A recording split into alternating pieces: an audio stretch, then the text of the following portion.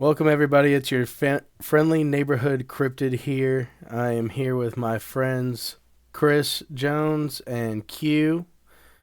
Chris Jones, also C Unit. He's everywhere on that name. Uh, Q is short round in some of my videos. Uh, and we're going to start a podcast. The name of the podcast is the Thick Boy Hours. And right now, I'm going to let them say anything they want about themselves.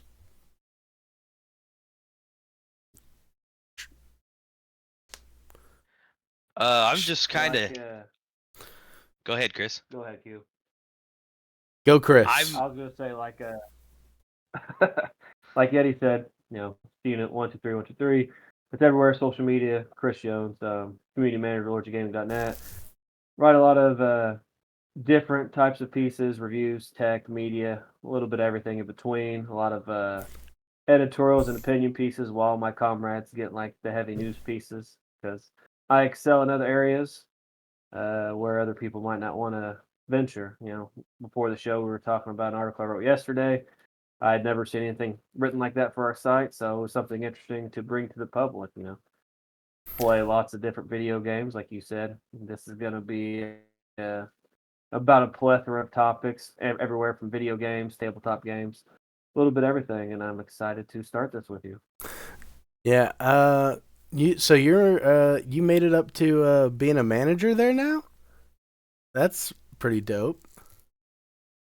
Yeah, I've been a senior writer for a while. I started in I think June of 2021. I had some information about Ayuden Chronicles going into Game Pass, and I was trying to leverage that information to all the video game podcasts out there, and reached out to the Iron Lords podcast. Good friends of mine, Lord Cognito. Reach out to them, see if I could weasel my way onto an episode or something, and he's like, "How about you write an article instead?" And then here I am. And then I went to PAX East last year, which I also did the year prior. And he's like, "You get all these views and you're really good at social media, because if you look at pictures that might have been shared on Facebook or Twitter or anything like that that is related to PAX East from those 2 years, it was me sharing all the pictures and trying to tag all the developers, stuff like that, give them credit where needed." And he's like, "Why don't if you have time," because he knows how busy my schedule is with work and union and stuff like that. He's like, "If you have time, would you think about being one of the co-community managers?" At the time, we had somebody else that was also a community manager, so it was a dual person job. And then they were getting married and had a lot of stuff that they wanted to take care of, so they stepped down and stepped away for a while. They might come back, I'm not sure, but your brother's doing it solo, community manager. Well, hell yeah, man! I'm glad Very to nice. glad to hear you moved up. Last I knew that you were still just a senior writer, so that's awesome. Yep. All right, I'm short round. not a senior writer. I am kind of removed from all of this. I'm just a plumber who plays games sometimes. So I'm kind of here for the ride and to throw my 2 cents in from somebody who really doesn't have the heaviest opinion on things. But there's some things that I'm pretty passionate about. Especially, I mean, it's a hot topic right now, but Monster Hunter is something that I'm for sure passionate about right now. Well, and that leads to a perfect segue with one of our topics is Monster Hunter Wilds, and the big controversy to it right now is that the difficulty is way too low, and it's a lot. I would say the people who are on the side of the difficulty is too low are people who are senior, like veterans to the Monster Hunter games, and they've been playing since like the first one, or like, you know, very soon on into the life of Monster Hunter. And then there's some that are relatively new that think that it's too low as well. which is what I think, even gives it the credence that it is too low to me. yeah. I think that we had Monster Hunter Worlds for so long, and we had Master Rank in Monster Hunter Worlds for so long that there's a lot of people who are very used to Rajang and some of the more difficult monsters from Worlds and Wilds. We're not quite there yet. It's just a few weeks old at this point. So we're not quite to the stage of having the really high level, high difficulty monsters or even master rank. So I think some people are still kind of dipping from worlds being so much more difficult. And there are some slice of life things in wilds that make it seem easier, I guess you could say. Um it's not an auto locking feature, but the being able to move your attacks around mid heavy attack. A lot of people I know were saying that was easy mode, if you will.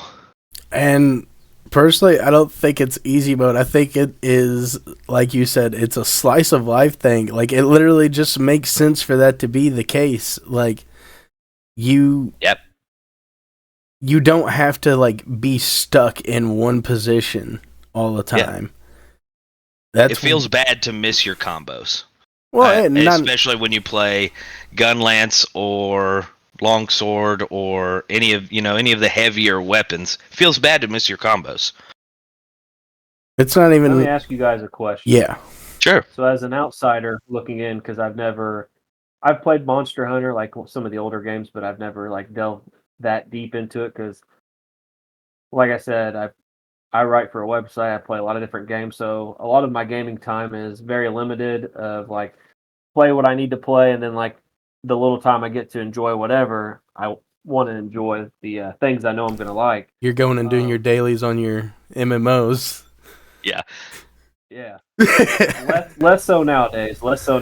But my question to you guys is, I guess the first thing I'll ask is like to give me some background, like the previous Monster Hunter. Like if you were to rate like the difficulty on like a 0 to 10, like what is like the difficulty level of that in previous Monster Hunters before I go on? So whenever we talk in this way as well, we have to take it at base game because that's all that we have for Monster Hunter Wilds.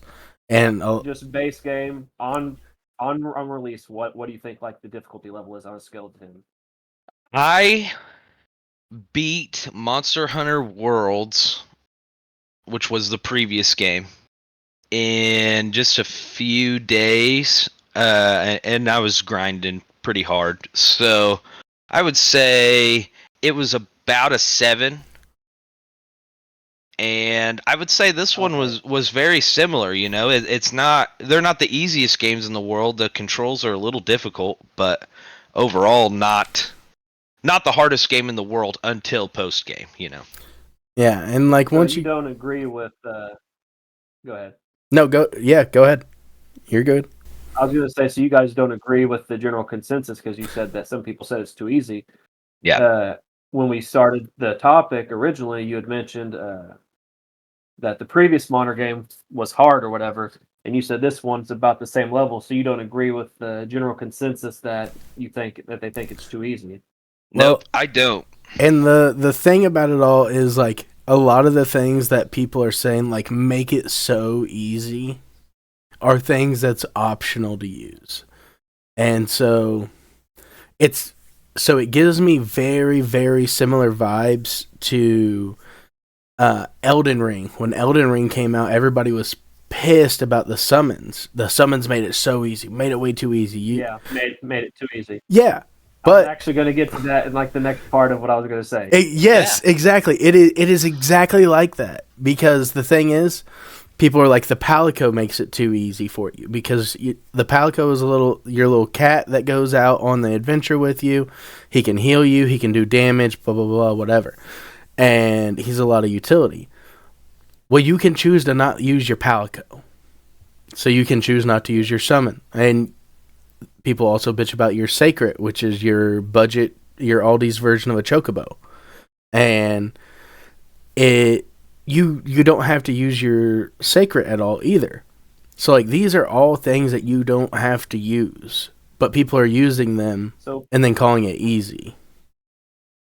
So these are pretty much before I get into what I was going to say. So a lot of people talk about, like you said, Elden Ring. You talk about the summons originally, like, and I think until Elden Ring, Dark Souls and Souls-like games in general were kind of a. I don't think they're as niche as some people say, but like they might turn some people away. But then you get a game like Elden Ring where they had summons. You're not on this linear path. Like you can go wherever you want in Elden Ring. And I know somebody that didn't like Souls games at all. But when Elden Ring came out, the ability just to be able to free explore, go grind, do whatever they necessarily wanted to do, and just not be stuck on this linear path made them like Elden Ring. And they added the summons to Elden Ring, which I feel is an ease of life sort of thing. Yeah. Kind of like an accessibility feature, because I know I can't remember the game of it, and I don't think it's Elden Ring, but I know there was a game that the difficulty tended to be more difficult, and they added like a god mode to it, to where like you couldn't die, and they didn't do that for the Qs, the Yetis, the Skags, whoever you might be. They didn't do it for the people that Oh, is are that hardcore to that game. They crab did it. Dark Souls game? I can't remember, but they did it to make it more accessible to bring more people into the game. There is an editor for our website, and we call him the Lord of Accessibility, because he's always trying to find out like any accessibility news, anything like that. Um, he likes when we add a section in our reviews for video games for accessibility features. And so when you guys talk about the Palico, I think is what you said, and all these other options and features that you don't have to use, which the hardcore people that would normally be into the Monster Hunter style games probably wouldn't use those.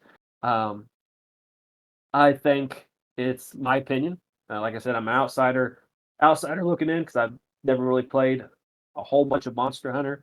It seems like to me it is a smart move on the side of the developer specifically to attempt to try to bring more people into the Monster Hunter space with those different types of accessibility features, because people with uh, I don't know, a whole bunch of different like diseases, or but people with like muscular dystrophy might be able to only play video games for so long, or accessibility features for like color blindness. I believe, aren't one of you colorblind? Yeah, color blindness is a good accessibility feature. And not a valid. What is the game for made by Obsidian? Your little people in the yard. What's that called? You know what I'm talking about? Plants Oh vs yeah. Zombies. Drawing a blank. Um. No, not Plants vs Zombies. It's like the survivability game. Can't think Yeah. of it right now. Kind of like Honey, I Shrunk the Kids. Yes. Vibes where you fight bugs and things. I forget what it's called, but I don't. he's looking for it real quick. But as he's looking for it, the point I want to make about that game is like arachnophobia is a real thing. And in this game, when you are shrunk down and playing this game, like you have a chance to run into this giant spider and to help with people that might have arachnophobia, or be afraid of something of that sort. They have an accessibility option that changes the spiders to blobs or whatever it changes to. So like, Funny enough, so it's does very Monster smart, Hunter. I think.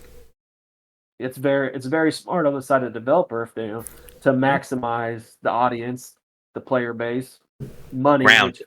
that's what everybody wants. Grounded, that's the name of it. Yes. Yep. The money that everybody wants to make, you got to bring more people in and make it as accessible as possible. And I think from what you guys have just said with the Palico, um, every other feature you had mentioned, um, I think the developers doing a good job. So I would be on the side of the people that I think it's excellent. I think it's a good idea. Yep. But if it wasn't too, like you said, you don't have to use these, so you don't have to use the features. But like other games, like Dark Souls or whatever, that has always been a game of like this game is hard. So like I feel like that's okay for those types of games. But if it wasn't too difficult, you could add like an accessibility feature for difficult games of like I mentioned the God mode or whatever, or just minor quality of life adjustments. But I'm on the train of thought of like they just wanted to bring more people into the Monster Hunter space. So Yeah. I can't say that I agree with people that it would be too easy if you can, not use these features. Yeah, Uh, and like of Elden course. Ring, there were people that were. We lost Chris. He got taken out. Oh no, we He's lost. back. Yep, I dragged him back. Go ahead, my fault. Keep going. No, you're all good. But like what, like the Elden Ring stuff as well. Like it, people were putting in like their titles, their thumbnails, or whatever. Like no summons runs. I'm doing this all the way that we would have back in the day, pretty much. And I don't see why it can't be the same for Monster Hunter. If those are the things that are always making it easy for them in game, do no palico, no sacred runs like that, hunts, whatever you want to call it. Like do all of that, and you'll be perfectly fine. Like both camps can have what they want, and if it's too easy that way, you know what you do? You don't eat food. Don't eat food because food gives you a great amount of health and stamina and all this and all that. And if that's too easy for you, stop putting decos in your stuff. I No mean, potion run. no potion runs. I mean, if I know some people would say like, but you're kneecapping us. Like you're making the game just feel bad. But like that's what you want. That's what you want to feel like you're not doing as much damage to the monster, and the hunts are gonna go longer. And because that's what people are able to speed run some of the in-game monsters to like 2 minutes, sub 2 minutes sometimes, depending on the weapon that you use. And people are like that shouldn't be a thing. Well, I mean they're using everything at their disposal to be able to do that. That's what speedrunners do. I mean they can beat full games in less than an hour, sometimes in less than half an hour. So like I don't I don't know. I don't understand it because the more people that get into Monster Hunter, the bigger your game is going to get and the more stuff you're going to get. You get more dinero and then Yeah. they can make more monsters. They can make better monsters. They can make better games. You know, the next DLC, everybody that like watched videos on, they fluffed the hell out of Iceborne. I never played it, but they are gobblers on that. Iceborne was good. If they make enough money off Wilds, then hey, you know what? They can make a DLC for Wilds that is so much better than Iceborne, or at least have the ability to do that. Yeah. And This game in particular really has made, and like I said, I play everything mostly pretty casually. I like to beat a game, but then I'm not really hardcore grinding a game past that. I'm the one And that this forces them game, to do that. yeah, this game in particular has put me in a spot where gun lance is the main weapon that I use. And in this game, they let you take a secondary weapon as well, which is kind of a new thing too. And it has kind of opened me up to, one, I need to learn some different weapons other than gun lance, and two, I want to try to be one of those guys that can beat one of the in-game monsters in under 5 minutes with my gun lance, you know. So Mm-hmm. And get better to where I don't need to rely on my sacred and I don't need to rely on potions and things as much. Like just becoming better at the game. And I feel like that's a lot of people don't put enough stock into the easier, in quotations, easier that you make a game, the more accessible, like you were saying, Chris, that you make a game, the more it leads to people less just playing and beating your game and more playing, enjoying, and really diving into your game. Give them the option to um, experience your game for a long time instead of just beat it. Dark Souls to me, which I haven't ever really played any of the Souls games, but it always just seemed like one of those games where it's one of those beat it kind of games so that you can say I beat Dark Souls. And then you get into the niche of like I beat Dark Souls with this specific weapon, but that's always a benchmark. I beat Dark Souls. Yeah. And And like, there's a lot of games there. Sorry, go ahead. no, that's I was gonna say, there's a lot of game that has like, for example, like JRPGs, Japanese role playing games. For some people that might not know what JRPG is, a lot of them don't have uh, difficulty options, so to speak. I guess that's what I'll use. But like the Suikoden remasters recently released, and um, they have an easy, normal, and hard mode. Like, I never thought that the games were really that hard, but I don't think I can be a vocal point considering I've played probably 10,000 hours since I first discovered this game years ago. But like, easy mode, trying to bring somebody into the JRPG space, and they're trying to revive this franchise. They had a recent show, and I watched it all in Japanese with captions on. Their goal is to completely revive this fan base, and the one way they're doing it is with these remasters. And they have this next stage with all this merch. They have a game called Suikoden Starlight that's going to be out on phones. It looks just as good as a console game, by the way, for anybody that's curious. But like, to bring people into this space, and I know they didn't just do this to bring people into space, but they have an easy mode, normal mode, and a hard mode. Someone like me is after I reviewed the game, because I reviewed the game on PlayStation originally, that's where I got the code for. Played on normal, just for the simple fact I want to get the review done in time and manner, etc., etc. But my first casual playthrough immediately went to hard. I've got all the achievements. I got like 2 days and 8 hours or something into this game. I got like one more achievement left, one or two more achievements left, and then I'll have all the achievements. And like, that's for someone like me.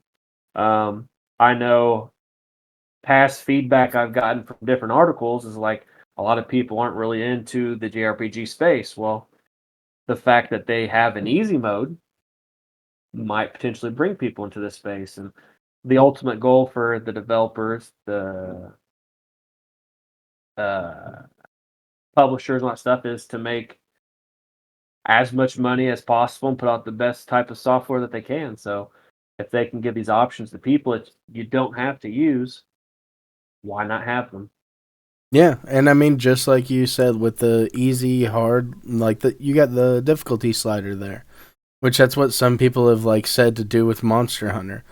But I don't see why you would need to do that if you just don't use the things that you bitch about.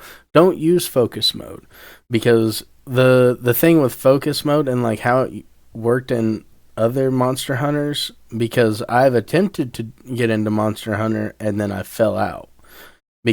And one reason is because the controls felt so clunky. Like, my dude felt so clunky to fight a monster, because I would go to swing, they would move, and I would move my camera to where the monster is, but my dude would stay going forward. Like, he would not move. Like, it's not like any other game where you can swing and then adjust. It is, once you are swinging, you are swinging. And sometimes just one button press will get you into a 2-3 swing combo. So you are stuck there. You cannot move. I have a feeling. I have a feeling like this.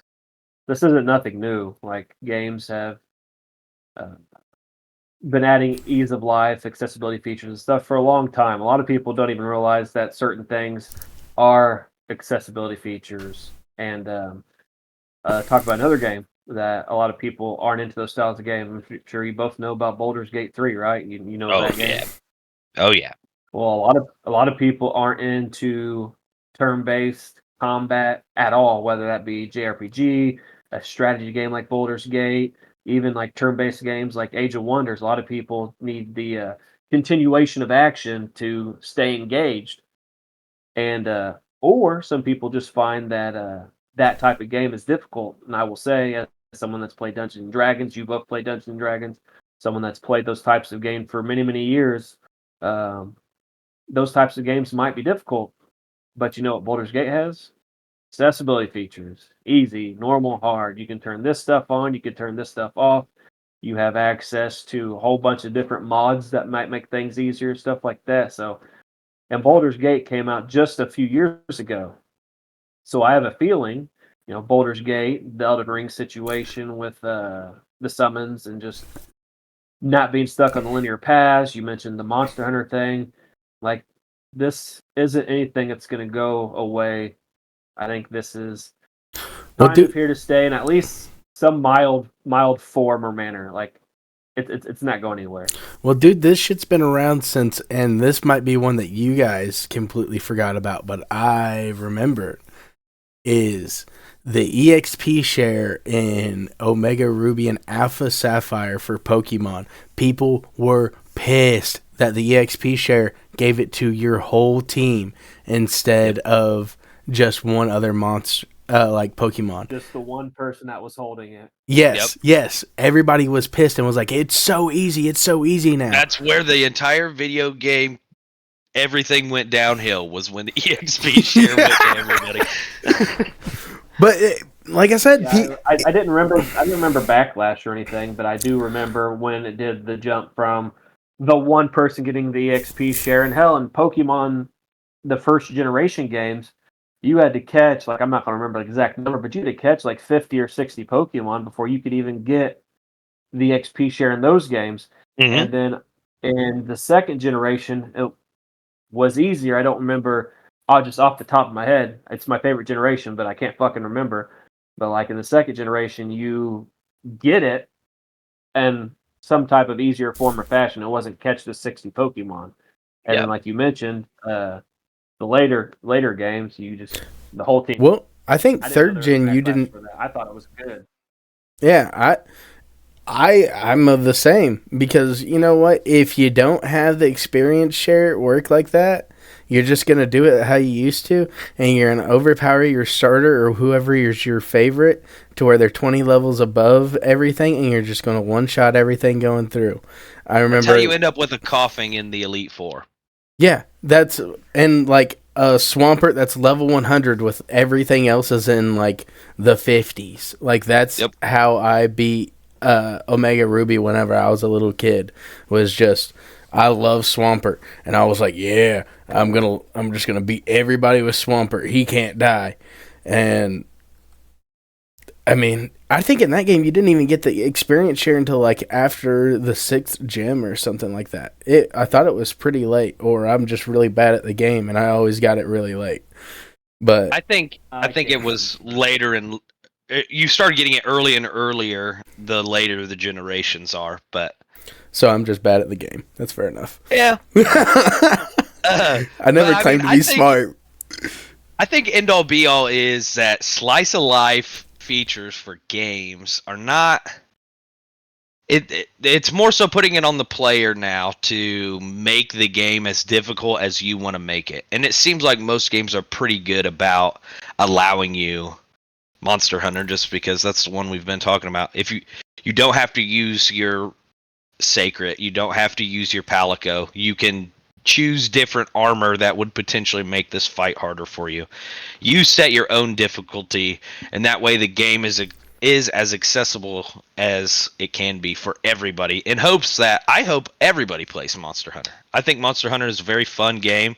It's a very fun game that you can get on with a couple of your buddies and play for an hour or two, and you'll have fun the entire time. Yeah, and this is gonna be the last thing that I say because we've been beating the shit out of Monster Hunter people for 30 minutes. Is the games are pretty much Sometimes this. topics last forever, man. Yeah. Yeah, that's fair enough. But the games are they're pretty much the same all the time, and people have main weapons. So, of course, a few things get added in each game or whatever, but like, if you're a Switch X main, you know what to do going in, picking the Switch X. You know what to do picking the gun lance if you're gun lance main. And you're able to look, see how something fights, and then figure out how you need to fight it. And I mean, I feel like that makes it incredibly easy because as I've learned to play with Switch X, I feel like it is getting much easier for me. Yep. Gun Lance, that's what I've always played, and that's probably what I always will play. But just like we've said, the secondary weapons, everything, it's gonna make. I hope it makes this Monster Hunter the best Monster Hunter, and everybody plays it because I'm having a lot of fun with it. Yes, sir. I agree. All right. Any last beating ups for Monster Hunter there, Chris? Like I said before, it's a. I'm not going to say it's a franchise I don't like. It's just one that I've not really had the time to dive into. And there's a lot of popular franchises out there I've not had the time to dive into, but at some point I will. I'm one of the types of people I don't mind to go back and play games that might be older. Like I'll be honest, I had very little insight into the God of War franchise, but once I got a PS5 and it came with the God of War Ragnarok or whatever, I actually started delving into some of the older God of War games too, and remembering what those were like. Because whereas I might have not owned the game and played it myself, I'd played it at a buddy's house or stuff like that. So like, God of War I was would like to fun. see more people get into every game out there, or at least give it a try. Try it once. And Monster Mm? Hunter, it kind of reminds me of a game I liked that a lot of people didn't like called Evolve. I don't remember if you guys remember that game. Oh That was like yes, I actually had four Evolve. people. You had it. Yeah, four people. You each had like your own particular, we'll say, job. I think it might be a classroom. You had the stuff that you were supposed to do in this fight. You capture like these big ass monsters, and I really liked that game. Didn't do so hot, but I like that game. So I feel like me personally, even though I haven't delved too far into the Monster Hunter franchise, I feel like if I were, um, I would have no problem with the features that you said that they have in this game.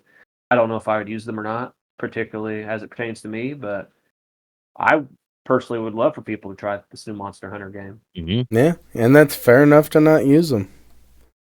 But all right, so we've established that Chris writes articles for the Lords of Gaming. I got that name right, right? Yes. Okay. LordsofGaming.net, yes. LordsofGaming.net.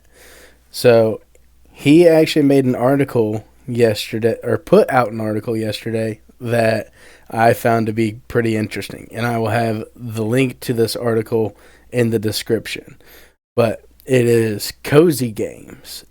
Now, Chris, you want to give us a slight rundown of what a cozy game is? Yeah. What he's alluding to is I put out an article yesterday. Like I said, I like to put out these different editorials or whatever they might be. And one of the things I decided to talk about is um, I came up with this idea because when I'm in an Xbox party, as I primarily play on Xbox, even though I have every console or whatever, um, I have friends that play games, and constantly while they're playing these games, I'm sure you guys can relate in different aspects of this. Like they're just constantly like yelling at this game, and to me, like I'm a pretty calm guy. Doesn't matter if I'm playing Call of Duty. Um, Not a big League of Legends person, but Smite's my MOBA of choice. Like play Smite, Call of Duty, Halo, whatever. There's very few times you will ever catch me raging. That's what I call it, raging at a video game or yelling. Um, I like to enjoy a game and remain calm. If I'm yelling at a game, it's probably I need to put the controller down or a game I probably should take a break from. And I actually experienced this a while back. My favorite Final Fantasy is Final Fantasy X. beat it multiple times. And well, when I used to stream on Twitch all the time, I had this wild run. It's my most concurrent viewership. It was like I think it was like 1,147 people watching me fight the last four bosses, and I had Yojimbo. I had never recruited this Aeon before. I'd always just linear path, get the people that unit gets, play the game like that. I'm like, this Yojimbo guy looks pretty cool. Like, I think it's an interesting part of the game or mechanic that you have to pay Gil for Yojimbo to do an attack. Well, I one hit the last four bosses when I played on PS3 back in the day. As I'm streaming this, I one hit last four bosses, made sure he was in overdrive to increase the chances that he would use his one hit kill because Yojimbo has like four attacks or whatever. And like one hit these last four bosses, it was epic, really awesome. Well, recently, before I moved to where I live now, I went through and played Final Fantasy X again, and I attempted to do the same thing. Overdrive, about the same levels. Nothing was different than when I played on PS3. However, I probably tried for about, I'd say, a total of 30 hours. And like I could have easily just went, grinded a few more levels, did it normal, beat the game. But no, I wanted to one hit the last four bosses with Yojimbo, and I didn't. He never even used the one hit move at all. I paid up to like a million gil. I couldn't get him to do it. And it got to the point to where I was so frustrated, I about broke my controller, and I hadn't been this mad since I was a kid. And so I just removed Final Fantasy X. It was on Game Pass. I hadn't purchased it at that particular time, even though I do own it. I hadn't purchased it, deleted it. At some point, I will go back to it. But I had thought about that last week. I'm like, well, I'm in this party with Andy and Byron and all these other people that play like Rainbow Six, Call of Duty, and they're just constantly yelling at these games, Destiny, whatever it may be. I'm like, why do you guys play these if you're yelling at it? I like to be calm and play comfort style games for me, so to speak, because I want to enjoy what I'm playing. So I came up with this article that's called "The Comfort of Cozy Gaming and How Relaxing Games Can Boost Mental Well-Being," and it just goes into talk about like the science behind cozy gaming, how a more predictable or repeatable task or mechanic can help with low stress, soothing visuals and soundtracks. And it's people of all ages. It doesn't have to be like people our age, like people of all ages. Depend upon like what type of music's being played. Like for example, I played Lullaby of Life, which in this article you I included a video clip of us playing it at PAX East. You won't be able to hear the music of the game, but like if you were to check out like the trailer, you'd understand of like uh, just like the music aesthetic and like it just you got to think I'm in PAX East, thousands of people. We're interviewing this developer, the nerves are there and all this stuff. Like just this music aesthetic was completely calming. And like there was a couple times like they were had talked to me in the interview, like I had to keep taking off my headset in this interview because I was just so focused because this music was just amazing. And like that might be different than a soundtrack of like, Street Fighter, Tekken, Monster Hunter, Elden Ring, Halo, whatever. And then a lot of these games also provide cognitive benefits and mindfulness based on whatever game you're playing. Like I said, Lullaby of Life's a good one. Spirit Farer, I think is how it's pronounced. Some people might go with like Animal Crossing or Cozy Grove, all good comfort games. The Sims, and it also allows you to have a social connection without pressure. Like if you're not familiar with games like Animal Crossing, you kind of build up your own island, or like Stardew Valley, you build up your own farm. Animal Crossing, you can go, and it's on the Switch. I don't know if it's on PC or not, but for sure, Animal Crossing on the Switch. Knowing Nintendo, it's probably just on the Switch. Mm-hmm. So like you build up your own island, decorate it, do whatever you may be, then you can go visit your friend's place. You could leave them, I think, small gifts and stuff like that. And like Nintendo Switch isn't known for like the vocal communications and online play, even Yep. though it is available. I play a lot of competitive Pokemon and stuff online. It is available for that, but like it allows you to have that anonymity, so to speak, and relieves the social pressure, like when you'd have to play games like League of Legends, Call of Duty, and stuff where you're constantly Yep. talking to people. And it also helps these cozy games, like I said, Stardew Valley, uh, Spirit Fair, and stuff like that, provide psychological benefits such as reducing anxiety and stress. I don't know how people can play games like Call of Duty, Destiny 2, uh, Rainbow Six Siege, and just constantly be yelling. Like, to me, that's so stressful. And like, I've played games with Andy and Byron and stuff like that. And if it's a game like I used to play Rainbow Six Siege, used to be really good at it and stuff like that. But like, whereas I've not played it clearly as much as I used to, I'm not as good as I used to be. So like games like that or Fortnite or something like that, where I might be the last one alive, everybody's like, "Oh, to your left, behind you, hit the revive van or whatever, Yep. plant the bomb, all this other stuff's like." I know the task of what I need to do in these particular games, but like you have people screaming, hollering at you and you're last one alive. It's kind of stressful. I'm not gonna lie. Even though it is a video game, at times they can be kind of stressful. And certain games also provide a sense of control and stability, and some even enhance sleep and relaxation. A lot of people will talk about Balatro. Balatro, really popular game, lots of awards, games at like the Keeley Awards, the Video Game Year Awards, the Dice Awards, whatever award show was there. Like Balatro, to a lot of people I've talked to, I've not played it. I have it downloaded now that I've beat Suikoden. As soon as I finish getting achievements, I'll be able to play other games, and Balatro is one I'm going to visit. A lot of people play games like Balatro, Stardew Valley, Spiritfarer, uh, Lullaby of Life, and all this other stuff when they're going to bed, like Steam Deck, ROG Ally, if you guys have that, um, even a Switch for Animal Crossing and stuff like that. One of my good friends, Fun Speculation on YouTube, he his wife plays games like her relaxation games is like House Flipper. And like everybody's relaxation game might be different. It might not even be, and like I don't want to say like easy game. It might not even be like those types of games like Spiritfarer, Cozy Grove, Animal Crossing. Some people's cozy game, like for me, a game like Suikoden is my cozy game. Someone's getting ready to come in. Okay. Give me a second. My cozy game, and I'm sure a lot of people also feel this way, is Minecraft. Couldn't have guessed. But Minecraft is more or less just it's kind of like a lazy game for me. Like I don't have to expend a whole lot of brain power when I play Minecraft. I just hop in, I can build, whatever I want, whatever I feel like doing that day, and just kind of mindlessly. I think that can also apply to a cozy game when you can just get on and decompress when you play a game. Minecraft, I played a lot of Animal Crossing. I did like it.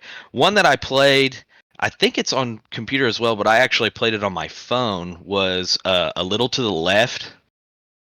I don't know if you guys have heard of that game, but it's No. pretty much just like a pattern recognition game. So there'll be like a broken plate all strung out across the screen, and you just kind of put all the pieces back to where they would look correct. And one thing that I really liked about that game is there was a couple levels where it's like the one that sticks out to me the most is there was bugs, just a bunch of different bugs, and there would be like a fly, and they were mirrored, and you could kind of set this whole page up however you wanted. There wasn't really a correct way to do it other than here's the center line, and you would just kind of put them wherever they needed to be.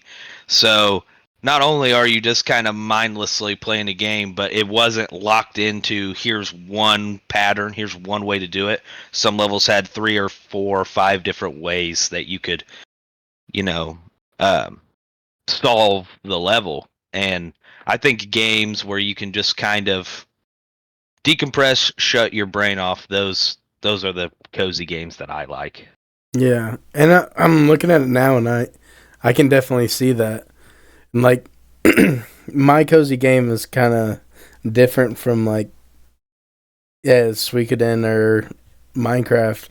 Like Fable and Skate are the ones that come to my mind. skate, you can just like mindlessly skate around town and just do random tricks when you feel like it, and it's just a very chill game. Fable, I've played it so. I think this goes more along lines of like Suikoden with you, Chris.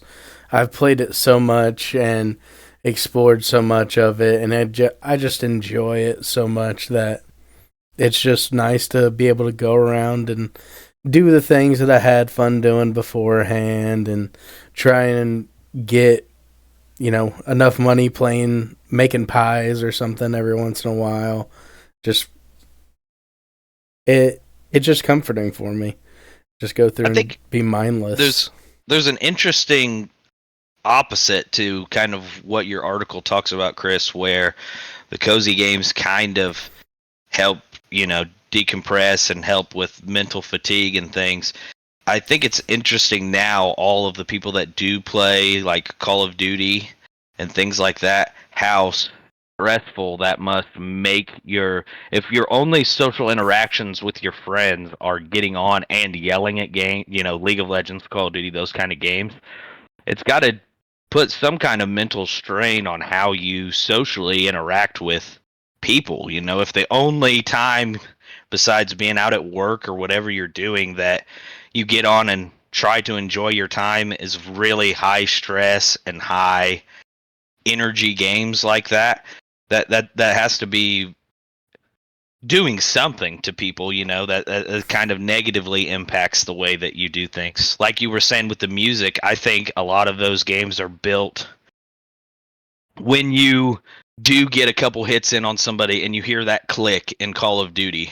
You don't kill them, but you know that you've got a hit marker on them, or just every time you get a kill streak and it does that crazy noise and it just amps you up that much more.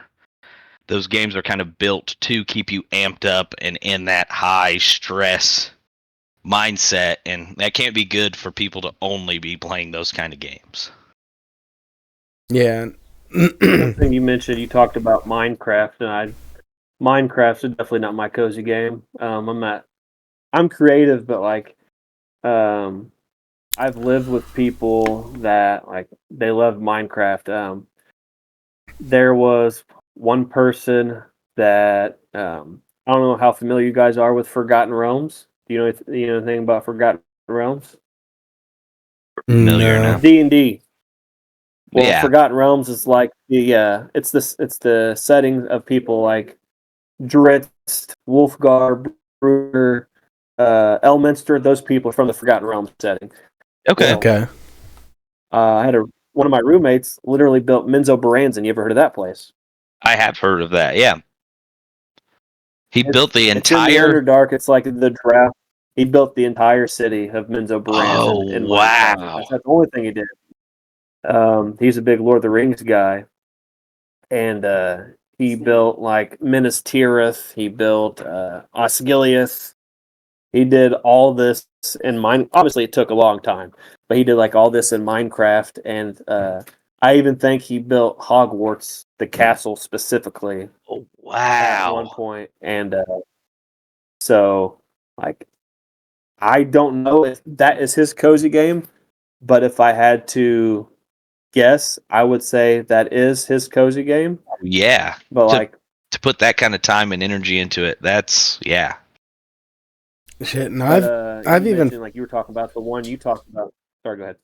Oh, I was just gonna say, and I feel like anything can be a cozy game because I've even hopped on Call of Duty itself just to like chill and relax, just because it is mindless. Sure. There's some details like um I didn't put like personal details for like my own personal cozy style of gaming, but like there's just like even just like colors. I don't know if I included something about colors or like setting aesthetics, stuff like that. Can't remember the name of this game. I'll think of it in a minute, but like uh Chained Echoes is one of them. I don't know if you guys ever played that game, but like just like the background setting, the way the colors look, how vibrant and colorful they pop, like to me that is soothing. There's Oh, another yeah. game that I can't think of at the moment, but you have these three friends. You have the ability to like rotate time between day and night. It's also a pretty good role playing game. I can't think of it at the moment, but it had like a lot of like if you were to open up the world map, so to speak, it had like a sleeping dragon over here, and they like went into details of like the colors of this dragon. The mountains were really colorful and popped out.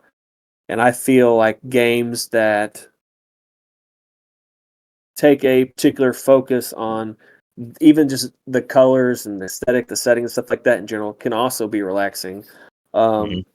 Because, uh, and then like cozy gaming, there's also a section in the article I forgot to mention that talks about can help with some people with depression. Like, I've been pretty angry lately. I'm not gonna lie, and it stems back to applied for a supervisor job. I didn't get it.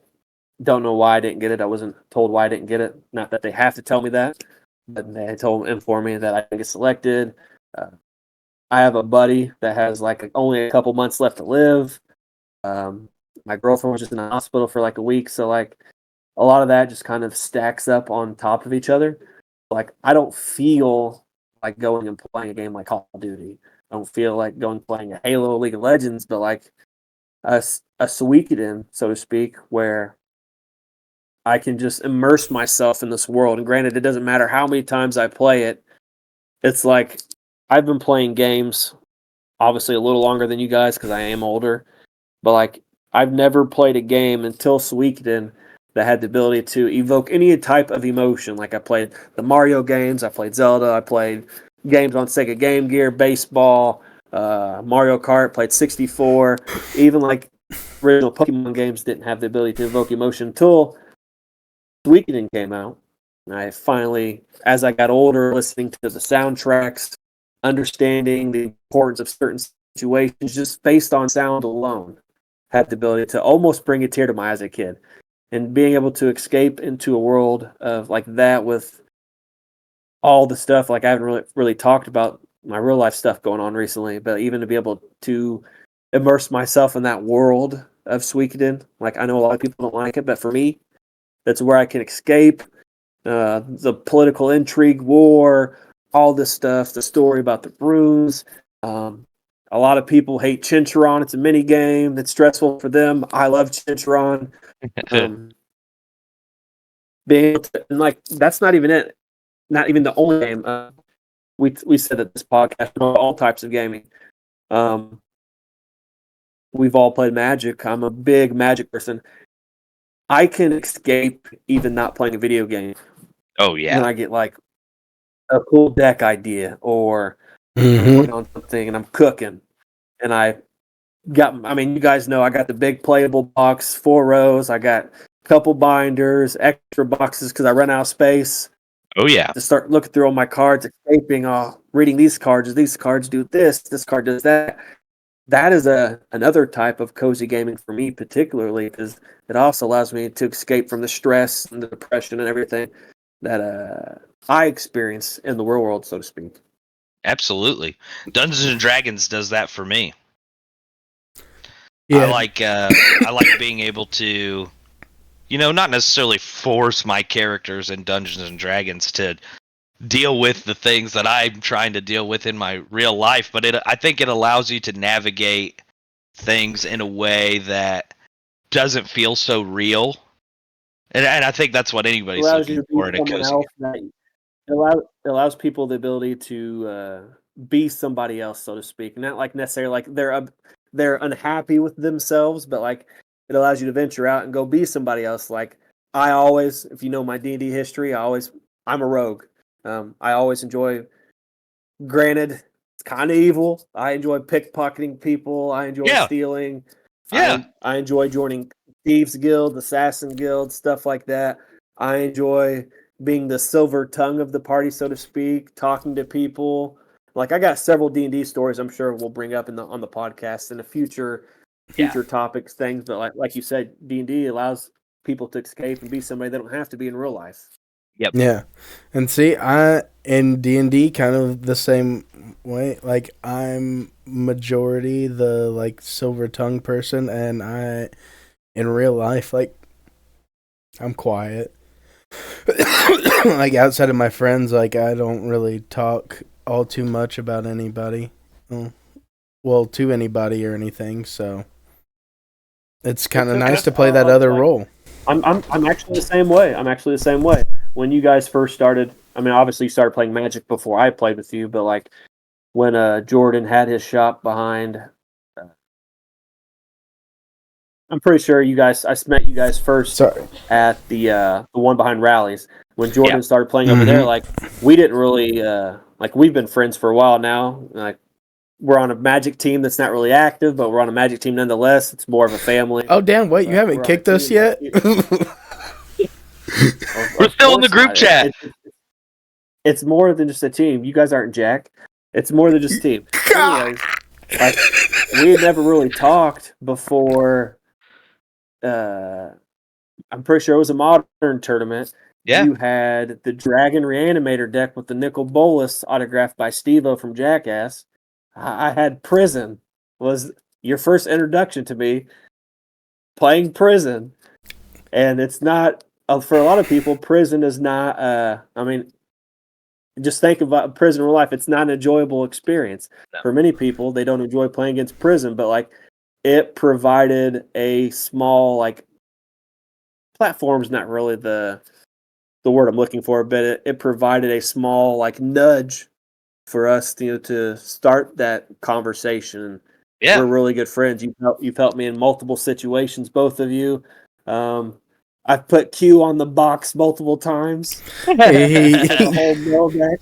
I think I only been on the box for like $40. People to get involved with each other. Yeah, that was definitely one of those moments where I wasn't really new to Magic, but I had some really bad experiences with people at other shops. So for me, I just was trying to have fun at a tournament. I didn't want to lose, but I wasn't shooting for anything crazy, just to go and have a good time. And playing against a 200 card deck that I didn't even know was possible, and sitting down and having you really be up front and explain how the deck worked. I mean, before we sat down and played, most everybody else would just beat me and say, hey, there you go, that's how it goes, because I'm here to play Magic. You explained the deck, and it was a really good stepping stone into how I feel like social interaction should go in places like that, because, like I said, I had a few bad experiences before where I almost didn't even want to go play in-person Magic anymore, because there's just some people who only are worried about winning and only worrying about, how good their deck is, and they're not there to socially interact with anybody, No, so they come with the best deck that's at the toppest tier. They just want to win, and then they'll grab their shit and they'll be off. And I think there are some people. Go ahead. Oh, I was gonna say I think everybody in this podcast right now is not that type of person. I mean, Q always played like Slivers or Mill, like those were his two archetypes. You played Prison, Battle of Wits a lot, like that. Those are the two decks that like I like everything. But those are like the two decks that like I attach to you is like Prison and Battle of Wits, especially Battle of Wits, and like Glorio's Vengeance. Yeah. Yes. And like I like a lot of combo decks, but I think for like almost a 2-year stretch of time, I played a fucking chimera of a deck that was 80 card Yorion companion deck that was 5-color Niv. The Yorion Niv Delight, it was a popular deck for a while. Niv. It had the Niv to Light package in it, but it was also a Stoneblade deck inside. So it was my Niv Blade deck was all what I always called it, and like it, I don't know, it wasn't something that you seen around like at all ever, and none of us ever. And a lot of people could play the we'll say the popular or the meta deck, so to speak, but like. The way Q is explaining his situation for anybody out there is just like he's talking specifically about the people that play those decks that aren't interacting with you really socially. It's like you said, just there to win. Like people can come play the meta decks, whatever they may be, because a lot of those people just want to better themselves and get better themselves. And Oh yeah. if they're playing the meta decks, social interacting stuff like that, because we have a lot of people that do that, but there are those select few over the years that I can agree that I've experienced that just come there 100% stone face F&M 8 people. They just want to obliterate everybody, and that part of Magic is not the cozy gaming that I was alluding to. Yeah, no, No, yeah. I no. think the biggest tell that I always had was like I was playing mostly slivers just because I love 5-color slivers. I think all the slivers are great. So that was my deck of choice, and it wasn't ever really fantastic. But what really told me who was there to have fun and play Magic like we were trying to do on Friday Night Magics were the people where we could play 2 games and they beat me, and maybe everybody else is still playing and they're like, hey, let's play again. Or do you want to swap? You can play my deck and I'll play slivers, and let's just, let's keep playing because we're here to play and we're here to chit chat and have fun, not I think tournaments, you turn it on at the tournaments, right? That's where you go. You be respectful, but it's stone faced. It's time to play. We're here to win. We all came to this tournament to play. If you're doing Friday Night Magic, most of the time you should know most of the people there if you've been there a while, and you're just there hanging out and having fun with the people you like playing Magic with.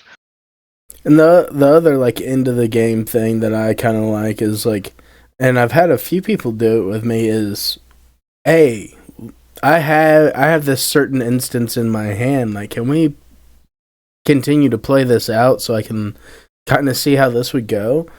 It's like, yeah, no, I ain't got a problem. Like, we're all done. Like, or if like the first game was super quick, yeah, let's do that. Let's see how that goes for you. And I don't know. There's a lot of Magic people that suck, but the ones that are good are really good.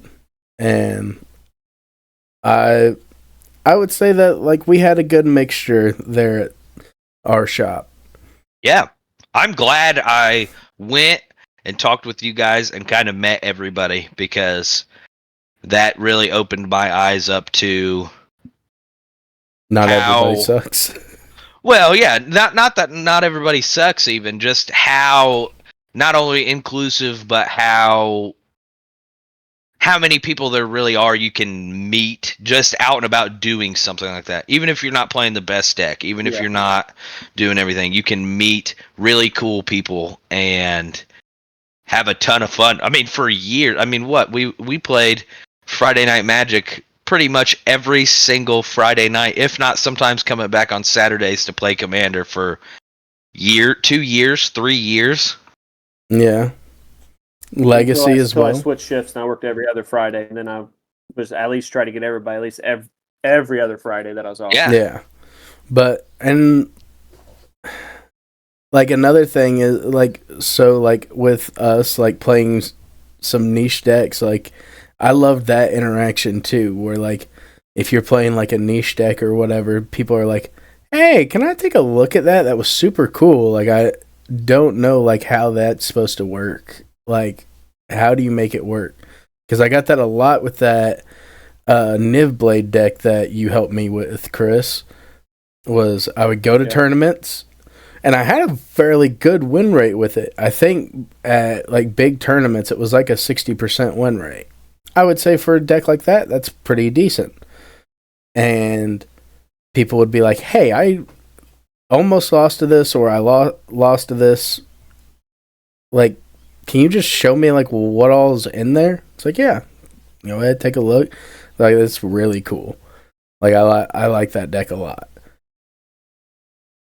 I think another thing about cozy games in general, it can relate to Magic or whatever, is like when you can set like a goal or like make a plan and to like see the success or the plan come to like 100% fulfillment, or like to finally reach that goal, or just like being able to like just to finally accomplish what you set out to do. I think it also provides another sense of control and stability, and provides that enjoyment, so to speak, and that calming satisfaction. Themes are really big to me when I review video games. You might hear me talk about themes or aesthetics in certain video games, stuff like that. We go back to a video game called Spiritfarer, like I mentioned. It has like themes like closure, acceptance, and stuff like self-reflection, providing emotional catharsis, stuff like that, where like you reflect on your personal self-worth, all this other stuff. Like a game can be deep and still be able to be that cozy type of gaming you need to de-stress and all that other stuff, because it's been a difficult few weeks for me, and I'm not on this podcast yelling at the world. I'm not, playing Destiny 2, screaming about raids. I'm not Call of Duty, screaming about team killing, or Rainbow Six, raging about bombs, all that stuff. I'm just calm Chris, man. It's on this podcast with my buddies. Cool hand, Chris. So, to get the shit out of my throat, to go from cozy games to Magic, which we kind of had a perfect segue, I was going to bring up the brackets for Commander that WotC came out with, since they took over everything. And I have a thought about the brackets, and I wanted to get especially your opinion on it, Chris. My first thought, and I'll say this just from Mr. Casual Man, I think Commander was one of those ways of playing that should have never... I'm down for a ban list. Sometimes I think there's cards that are broken enough that we don't want to see everybody making the same kind of decks. But I don't see any... I haven't seen any issue with it since the beginning of Commander. I think the rules that they set out were fine. 100 cards, one commander. Even the partner commanders, some of them I like those too, But 100 cards, including your commander. Extra life, commander damage, all those things. I think it was... You could have left well enough alone. And there's a reason why it's so popular. There's a reason why it's one of the most, if not the most played format in all of Magic, is because that... It is. It is the most played? Statistically proven, the most popular. Yes. You only need one card of each. Oh, one of those cards is $10. I'm gonna treat myself to a $10 card because I only need one of them, and I can run around, and pretty much everybody who's playing Magic is probably got a commander deck under their belt. So my 2 cents is they should have left it alone. So to piggyback off that, is the Magic community, I feel like, forced them to not leave it alone. Because if you like watch any like media on like Commander and everything, there seemed to be a lot of discourse on like people coming to like pods and saying like, my deck's a 7. I'm just gonna play it. It's a 7. I'm gonna play this deck, and everybody's like, okay, all of our stuff is around like a 6 to an 8 or whatever. That's fine. And then they have all of this stuff in it that everybody perceives as not, that doesn't make it a 7, and it's like a 10. Like, it's supposed to be CEDH and everything, but there were no actual guidelines and or rules to determine what is a 7 and what is like a 10 or a 5. It was all up to how you felt about your deck or whatever. And that dude's deck that just said it was a 7 could actually feel like it was a 7 because he was playing against people that are saying that their stuff's a 7 and it's running pretty decent. Or he's playing against people that's running, saying they're running 10s and he's getting a mud hole stomped in his ass. Like that could very well be the case. And so it leaves a lot of like ambiguity to the whole thing. And all they did was give guidelines. They gave you an actual determination on what would make your stuff this level. And the thing I've seen the most is people are bitching that Thoracle is, I think, able to go into like the 2 slot.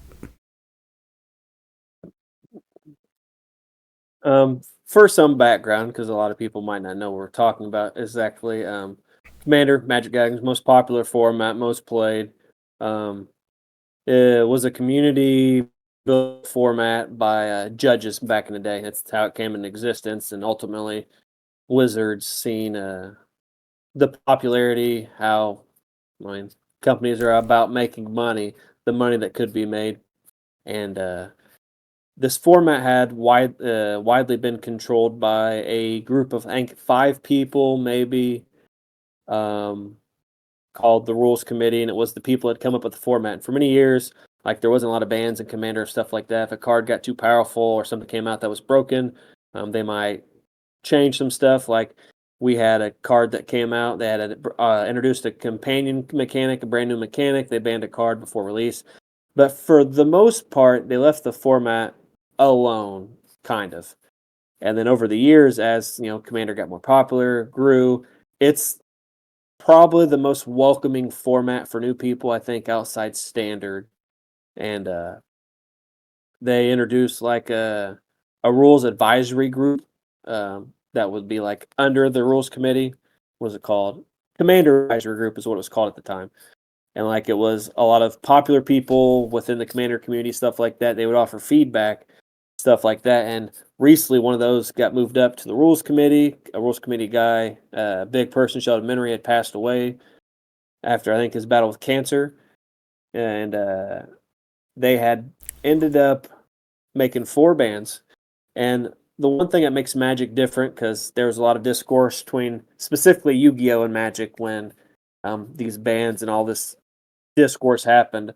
For the most part, especially when it comes like modern, legacy, the more competitive formats, once people go to tournaments to play stuff like that, they say, "Hey, card A, card B, this is what we're thinking. This is why we're watching these particular cards. Why we didn't ban this card. Why we unbanned this card." Stuff like that to give us kind of an insight. Know like this might happen in the future. This might get banned. Stuff like that, so people were more prepared. Whereas Commander has always been a casual format. Like a card might get banned once every year, once every 2 years, stuff like that. And like they had banned Nadu, Winged Wisdom, and multiple other formats. So like easy, kind of had seen this coming. Dockside Extortionist, another one of those 4 cards that got banned at that particular time. We had kind of seen this coming. People complained about it for a long time. There's a lot of people that like it, a lot of people don't like it. But I think the one card that really set people over the edge is Mana Crypt. I'll get to that in a second. But then the 4th card they banned was Jeweled Lotus. Jeweled Lotus can be mainly used for Commander because it makes mana for your Commander specifically. However, for people that are in tune in the Magic world, like It's used in can Legacy actually quite play a bit, Jeweled isn't Lotus it? in Legacy. Yes. Well, not quite a bit. It's used in Legacy because you can use Jeweled Lotus and double the mana with Doubling Cube. And it doubles the mana, but not the Commander restriction. So you can use it for whatever. But Mana Crypt is the thing that hit people the most because Mana Crypt can be used, I think, in 2 formats. Vintage, it's restricted to 1, and Commander, which obviously technically restricted to 1 because you can only have 1 copy of any card. And mainly Mana Crypt. I don't think Jeweled Lotus bothered people as much as Mana Crypt did. But they had just like reprinted Mana Crypt, Jeweled Lotus, and like Double Masters, these sets or whatever sets they were printed in. And like you are taking away a piece of Magic history out of one of the most popular formats or whatever. And like people on the rules, like it's a majority vote, I'm pretty sure, is how the things happen on the rules committee. Like there's people that agreed with it, people that didn't agree with it. But it's the only format where you can pretty much be able to enjoy this card. It's a piece of Magic history, and it was kind of banned out of nowhere.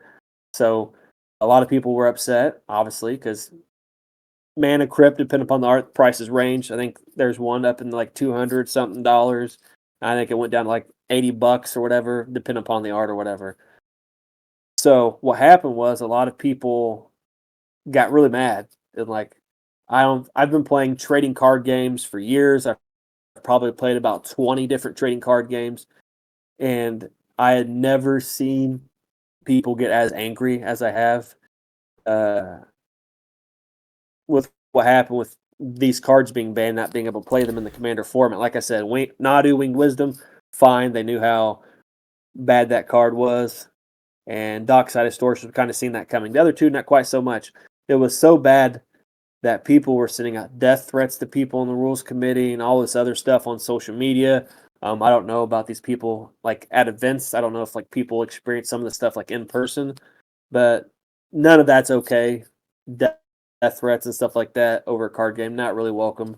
And what ended up happening was the rules committee finally, uh, after experiencing all this vitriol over this whole situation, I don't want to say handed Commander off because obviously it's Magic, it's a Magic format, but they no longer wanted to control the ban list, stuff like that. They handed it off to Wizards of the Coast because everything they experienced that wasn't okay, the death threats, all this other stuff, and not really long after Sheldon had passed away, which kind of paints a bad picture of some of these people that had said some of this stuff. And Gavin Verhey, one of the I don't want to say saints of Wizards of the Coast, but one of the shining lights of the money, the companies that want money. He's a pretty solid guy. He's like, we want to keep the format as untouched as possible. We want it to be as good for the players. All this stuff. Gavin's a really nice guy. For people that don't know who he is, he is a big person within the Commander. He helps design stuff like that. If you've ever been to an event, he's one of the people doing like the mystery booster drafts, all this stuff. He's a pretty cool guy. So he came up with the idea for the, I think it's called Rules Advisory Group now, but it's got like multiple people. I can't remember exactly how many, like 9 to 13. I can't remember. It's got like one or two people that focus on CDH and a whole bunch of other people that just overall Commander stuff like that.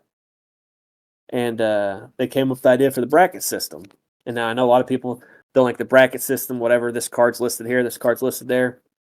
Just like we talked about Monster Hunter, you don't have to use a bracket system. Yep. To be honest, the bracket system is more for like if we were to go to a shop we're not familiar with, meeting up, throw down a couple games of Commander, Elder Dragon, Highlander, EDH, whatever you want to call the format. It's to help with like that social interaction of like Skaggs had mentioned of like this is what's in my deck, this is what my deck does. Trying to decide what type of game you guys want to have. I'm of the mindset, and it's just me personally, I don't see CDH, I don't see Commander. It's all one format to me. If someone wants to play Thassa's Oracle, Demonic Consultation, by all means go ahead. If I want to play Feldegriff in that game, I'm going to play Feldegriff in that game. It's whatever you find fun for that particular situation.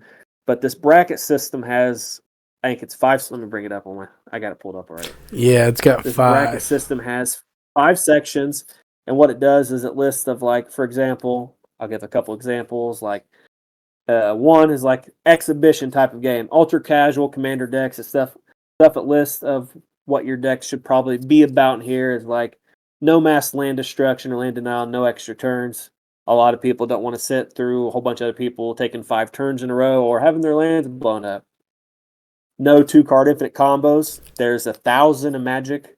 So many 2-card infinite combos. A lot of people, newer players especially, aren't inclined to have seen any of these 2-card infinite combos. So it's to make it a more enjoyable experience for them. No game changers, which is a list of cards that they have divided amongst the colors and what they feel like can turn the tides of a game, so to speak. And I will mention some of those in a minute. And few tutors. The less tutors you have, the less consistent your deck will be. So like it can help provide a better experience for people overall. And then like we'll just jump to like 3. That was one. This is 3. Beyond the strength of an average precon, and like there's a better picture of this. Somebody actually went into more details, which I'll send it to one of you later so you guys can look at it. But like, well, I'll put it in the video too, so they can read along with us. Yeah, but like section 3 of like no mass land denial still. No chaining extra turns. What chaining extra turns means is multiple turns in a row. So like you might play an 8-drop Beacon of Tomorrows and take, well, we can't play that one. That takes 2 extra turns. You might play a Time Warp and take 1 extra turn. Or there's a creature called Lighthouse Chronologist, 100 years ago, that it's one of the level up creatures. When you get to the final ability, it allows you to take an extra turn. Late game 2-card infinite combos. That might be something like, we'll just say Kiki Jiki, just pester Mike, because you guys are inclined to know that because that's my Animar deck. Kiki Jiki's 3 red, 2 colorless. A lot of decks that aren't playing, mana ramp or whatever, specifically that ramp stuff out like that easily, that could be considered a 2-card infinite combo later on. And like 3 game changers. Do I have the game changer list? I got it right here. I do not. But it's like some game changers, like you can tell me if I'm wrong, like green has like Gaia's Cradle lands. Lands got like Gaia's Cradle. That's like a game changer. No, I think crop that rotations listed in green. Yeah, they listed in green Gaia's Cradle, yep, and Survival of the Fittest, Vorinclex, Voice of the Hunter. Those are the 3 green ones that they have said are game changers. For example, Okay, I play Gaia's Cradle and Survival of the Fittest in my Animar deck, and I'm of the mindset but I don't think Animar, the specific cards that I have, I don't think it's as good as it used to be. I think it used to be one of the most powerful decks, but I think with the way pre-cons, like the Warhammer structure deck, there was one that was really, really good, and I lost 1-1 with my Animar deck. And my Animar deck, a lot of people think it's good because it has expensive cards. It's good because, granted, Gaia's Cradle is a really expensive card, a really good card, but that's not. It's good because of all the synergies and stuff in the deck. And I lost to a precon, and I feel this bracket list, and obviously the biggest tier of the bracket is what Skaggs mentioned earlier with the CDH, the competitive EDH or whatever. The bracket system doesn't have to be used like me, you, Q, Riley, whoever can pull up. You guys know what 3 or 4 decks I got. We know kind of the experience we're going to get. But it's more so for new people. And so when I wrote this article, I wanted to kind of put that out there because I have a real good buddy named Earl. He used to be a judge from back in the day. One of the reasons I became a judge, but like he helped me become a better Magic player. He used to have a toolbox, like 45 decks in this toolbox, fishing tackle box, whatever it was. And he'd be like, "Hey, here's this deck." And you talked about earlier, someone saying, "Hey, you might try my deck, I play your deck, and we'll have like a good social experience." Like that's what Earl did. And I got to experience so many more cards. So as we talk about this bracket list, we have a commander ban list update coming, and there will be cards unbanned on this ban list. Oh, really? So I actually went through. Yes, there 100% will be at least 1 card unbanned. They've already said that. That's awesome. I have a list of cards. Yes, I have a list of cards I want your guys' opinion of. Some of them you'll know what they are, some you might not. Mm-hmm. But like this, I'm just going to thumb off the list of cards I got. I'll kind of give a little detail about each of them. Like Balance is a card that we have a card similar called Cataclysmic Gearhulk that's legal. Pretty much it just evens. Like each player sacrifices down to like hand size, lands, artifacts, stuff like that. It's kind of like a board wipe in a sense, but like it's a really strong 2-mana card. It's white. I think that could be off the list. I think all these cards will be added to the game changer list, so to speak. Biorhythm, each player's life total is the total number of creatures they have. It's a really expensive green card. It costs like 8 or 10. I'm not sure. Braid's Cabal Minions, a legendary black creature that it's modern legal now even. but like each player sacrifices something on their upkeep. Coalition Victory, it's a 5-color card. You control basic land type of every color, creature of every color, you win the game. Arrayos, or excuse me, Arrayos Urtom Ascendant is one of the old Kamigawa flip cards. You have it as a creature, it meets a specific condition, flips over, counters the first card someone plays each turn. So I get why that was kind of banned. That was originally banned when they had banned as a commander, legal in the deck or whatever. Gifts Ungiven. You've seen that before. I played in Battle with Storm.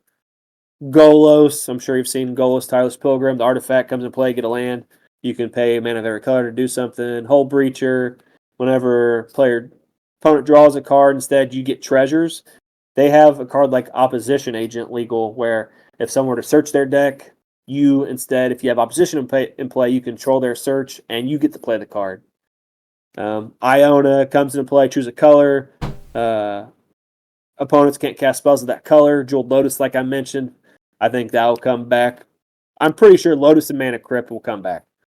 Leovold Emissary Chest is a card denial. Library of Alexandria is a really expensive.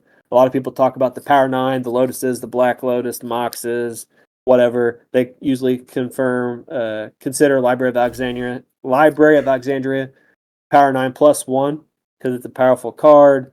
If you have 7 cards in your hand, you can tap it to draw a card or something like that. Limited resources, I can't really remember, but there's a way to kind of abuse that, and it's a hate card. Lutri, the Spell Chaser, is the companion card where you can have it outside your game. The companions all have a restriction based on deck building. Lutri's is you can have 1 card of anything that's not a basic land, and that's pretty much what the commander format is. So they ban that. Panoptic Mirror, you imprint instant or sorcery. Every one of your upkeep specifically, you copy it. It costs 5 to do. Paradox Engine casts a non-creature spell and taps all your non-land permanents.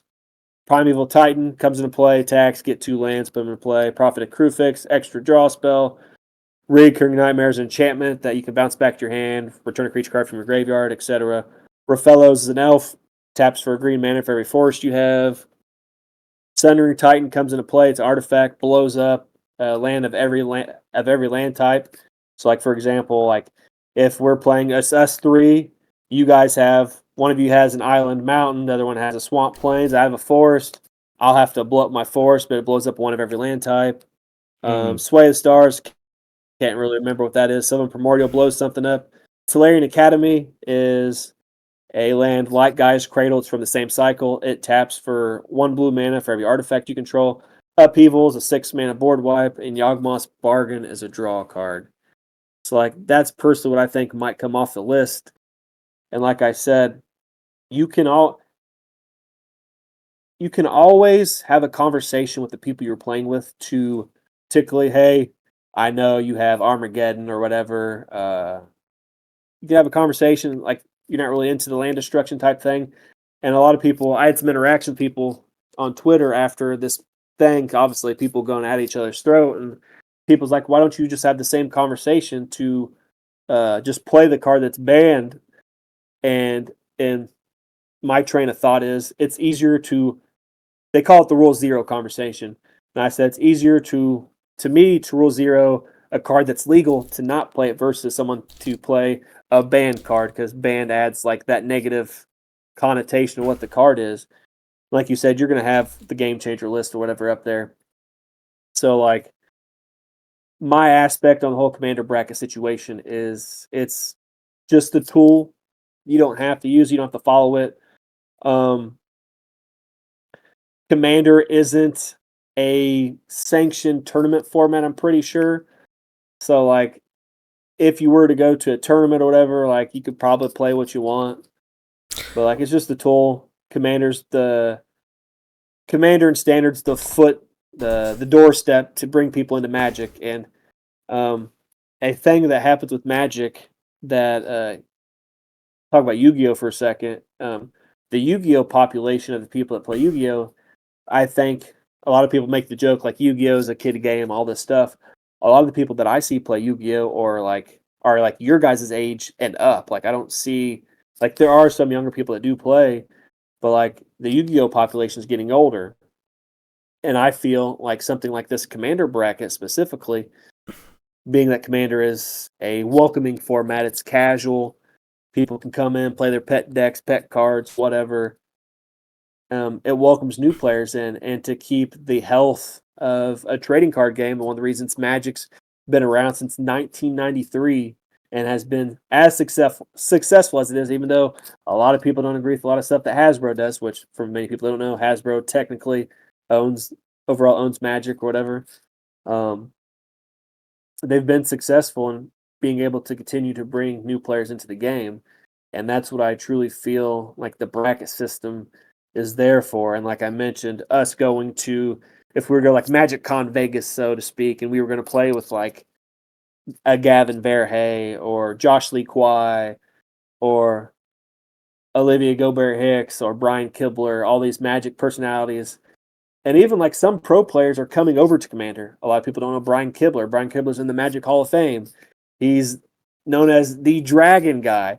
When I first started watching competitive Magic tournaments, one of the first matches I remember seeing was an old Modern tournament from 2013, and Brian Kibler's playing Voice of Resurgence and stuff like this. And like, if it has the ability to be able to bring the competitive people over to Commander, bring the new people into the format, I think overall it's good. And like I said, you don't have to use it.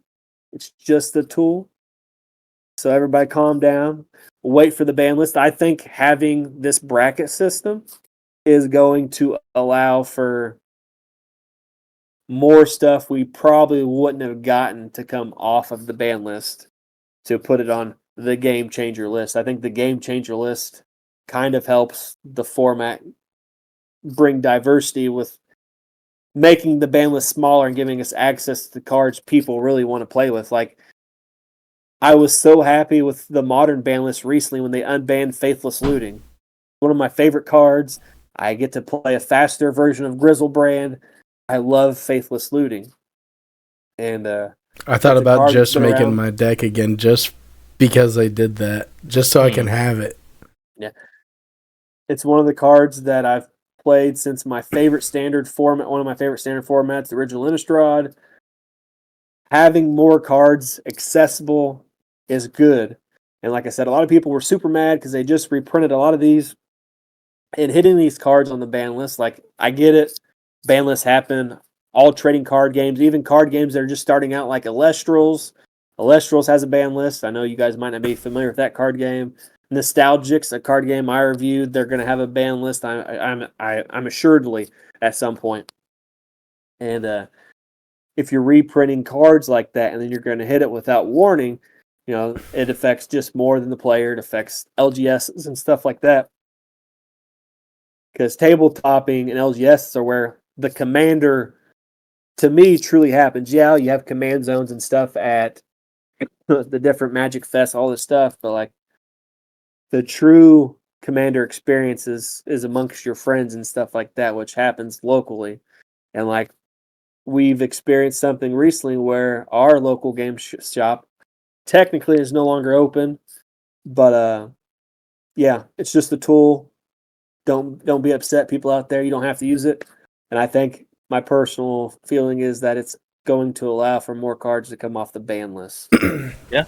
A group I've been playing with recently, they, I kind of came into their group. They had already been playing Commander for a while, and I kind of hit them with the question you always ask, what's the power level of your decks, and what exactly am I expecting? And they're like, hey, we do proxies, we play whatever we want, we are just out here trying to play Magic and have fun without having to spend a ton of money, and our only rule is no Eldrazi. And I said, you know what, that's a fair rule.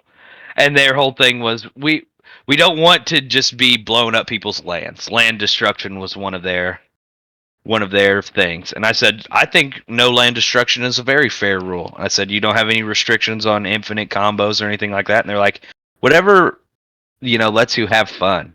And I remember I play the my Scarecrow deck, and I can't believe I'm forgetting his name right now. The Reaper King? The Reaper King. Good night. So I've had that for a while, and they all said, "What? You don't ever play that deck? What's that deck? What's that deck?" I said, "It's just Scarecrow. So you guys, you won't really like it." And they're like, "Why?" And I'm like, "Because it has, destruction stuff in it." They're like, "Oh, it'll be all right to play one time." Well, I hit the big combo and started popping people's lands, and I had to. There wasn't anything else to do, and very quickly they kicked old Reaper King out of the rotation. But I think that I do see what you're saying, where that is a good tool to have and to use. But I think some things can be figured out with a conversation. I think sometimes you just talk to your group and absolutely, just like me and Q had one for whenever we used to go to watch UFC like every week, and we decided that sitting through a lot of the more boring fights and everything, we were just getting kind of bored. We were gonna play Magic, so in between, we played Magic until it got to like the main card, and nobody else really likes when people play combo decks because you just get to a certain point and you auto win. And nobody in the group liked it. But that's how I like to play. And I want to play how I like to play. So I figured out a way that they were happy and I was happy. If I get to combo off, I just bow out. Okay, everybody knows that I comboed off. I technically win, but everybody has built up their board state to a state that they like, and they want to see it through. They don't want some dude to just end it right when they're like, "Oh, I'm about to do the fun things," and I feel like that is understandable. So I just bow out. I technically win, but everybody gets to continue playing. So everybody continues playing, and I sit there and I watch how it finishes out. And some of the funniest moments have ever come from bowing out and just watching some of these gremlins go at it with their decks. Like, I watched Q accidentally lock everybody out of the game by turning everything into islands, and nobody was running anything that needed an island.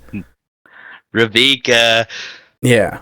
And he just machine gunned everybody down, and it was cool. And then, I got to watch a bunch of goofy stuff. Cole at some point had like every dragon in his deck down. You just have a conversation with people and like let them know, hey, I play combos, and do you like that or do you not like that? If you don't like that, can we do it this way? If they say yes, cool, you're off to the races. If they say no, maybe that's not the group for you, or maybe you have other decks that you can play that you do like, and then play those. But the main thing though, the thing about like the brackets and everything is people used to bitch about the power level, like the 1 through 10 power level, and they wanted something more concrete because I would hear people say that there was you don't know what anybody's power 7 or power 5 is compared to like yours. But now there's actually a set standard and rules to it, and now people are upset because it's not even rules. I think the better word, because rules is like, when you say the word rules, people like takes that connotation like you have to follow this. I think guideline is yes, a term to use. Yes, guidelines are a much better way to put it. But now you have these guidelines that if somebody says that I have a 3, then they don't have any mass land denial. They have no ability to chain extra turns.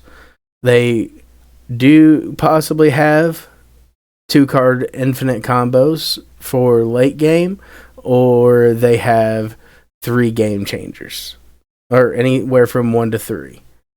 And you know, if they say 4 or 5, that you're just going to have a really fun time playing Commander. It's whatever goes, because I have some of my lower powered decks that are just filled with fucking commons and uncommons that would immediately get tossed into a 3 because it has a Jessica's Will in it. Whatever, I'll go play with the 3s. I have a deck. I have 4 decks. Animar, which I will say is probably a 4. It's not a CDH deck. I choose to play Days over the free counter spells that I don't have a force. I literally have 1 counter spell in the deck.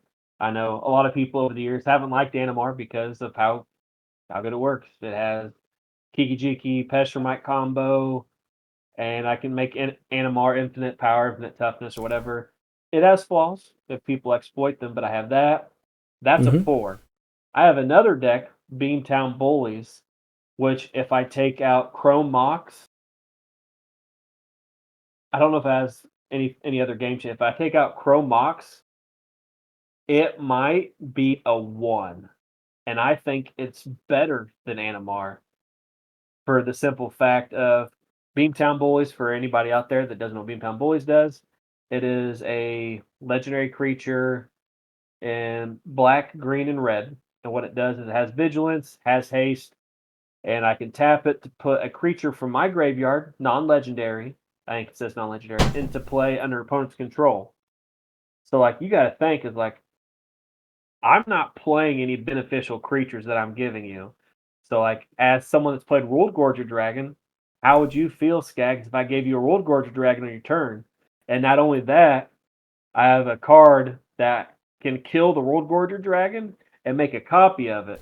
And the way the interaction and triggers and stuff stacks is all your stuff's going to be exiled, and you won't get it back. The way the triggers work. Yeah. And World Gorger's not a game changer. It's not on that list. Mm-hmm. Stuff like that. I have Inverter of Truth and Leveler. Both have this essentially the similar effect.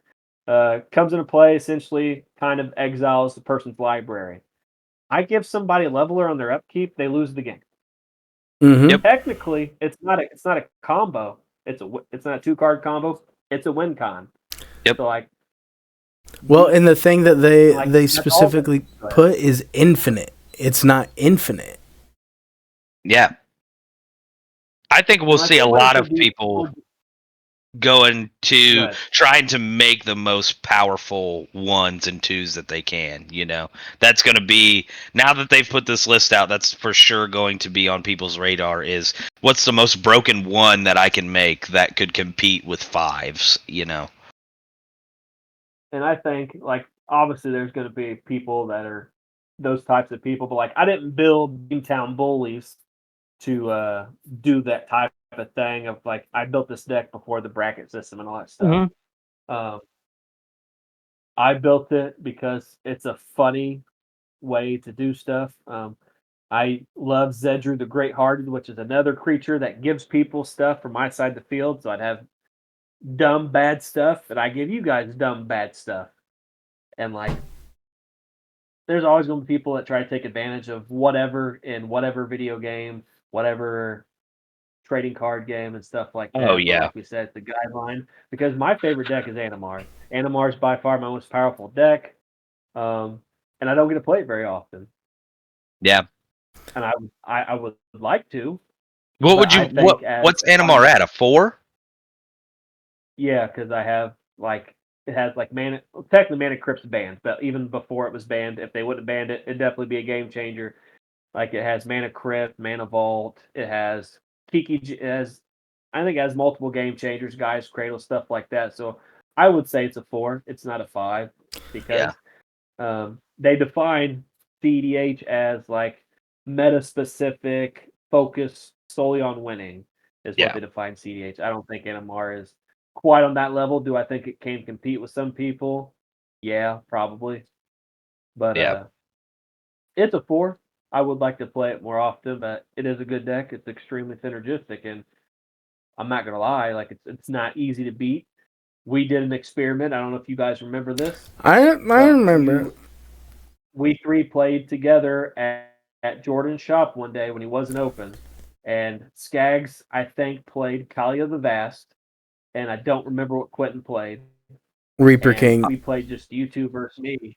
Yeah, Reaper King. And I did end up winning, but like stuff like Yeah. that can happen. Like Animar can have a bad hand. Like I need to be able to cast creature spells with Animar in play. If Animar is not in play, like Draenith Magistrate, I think that's on the white game changer list. That prevents stuff from being played outside the game. If I can't play Animar, I'm gonna have to beat you down with 1/1 creatures.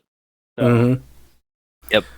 Yeah. Yep. No, and like this list takes one of my decks that right into like a 4, I do believe, as well.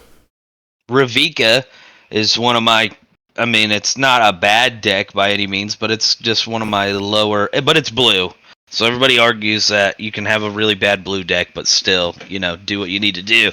And I mean, Thassa's Oracle, Cyclonic Rift, Force of Will. I mean, all those Urza, Lord High Artificer, they're all in that deck, so that technically makes one of my lower tier decks that doesn't really do anything super duper crazy. I have to play it at a 4 if somebody's asking, and I really feel like it kind of gets stomped on unless I'm allowed to do my own thing. So I like what you said though, Chris. I think that I think I like it more as a guideline than anything. It definitely does put in perspective of going to a new shop or going somewhere where you don't play casually, regularly. It lets everybody be on the same page about what exactly is going on. Yeah. Way better than a 1 to a 10 scale, in your opinion, Yeah. And I mean, just to get back to it, I mean, don't cry about it. You don't like it, don't use it. Yep. It's easy. Magic's supposed to be fun. Mm-hmm. No matter what anybody tells you. Just no go matter with how many really hardcore it's a cozy people. game for me. Yeah, Yeah. it's Chris's cozy game, dude. Everybody just have fun. Cozy game. I mean, hey, sometimes it is a cozy game. It is. Especially Commander. Yeah, whenever you got a bunch of people around that are chill, like there's some people that I've played with that can turn a cozy game into a not so cozy game if they aren't winning or if they get knocked out early, and yeah, it's a lot of fun. Oh yeah. But yeah, no, I mean, I think we said everything we could really say about that. Iona, I don't think should come off the ban list though. Well, they banned that when they unbanned, because there's a combo with I don't remember which card was unbanned, but I think Grindstone's the one that hasn't been banned. But Painter's Servant was banned for a long time. Painter's Servant, people know, is an artifact, comes into play, choose a color, all permanents that people own, that they aren't in play. Everything is that color in addition to whatever it already is. So that means everything in your deck. Grindstone's an artifact, you activate it, it makes target player mill 2 cards. If they share a color, they repeat the process, so instantly mills them. For a long time, Painter's Servant was banned. Iona was not banned. Then they unbanned Painter's Servant, and they banned Iona. Is what happened. Painter's Servant, also a scarecrow that I really needed when I was building my scarecrow deck and didn't have access to until they just decided to unban it real quick. So that was nice of them. Real quick before we change topics too, speaking of scarecrows, and you have multiple decks. Q is a sliver collector, and I don't know if you have this or not.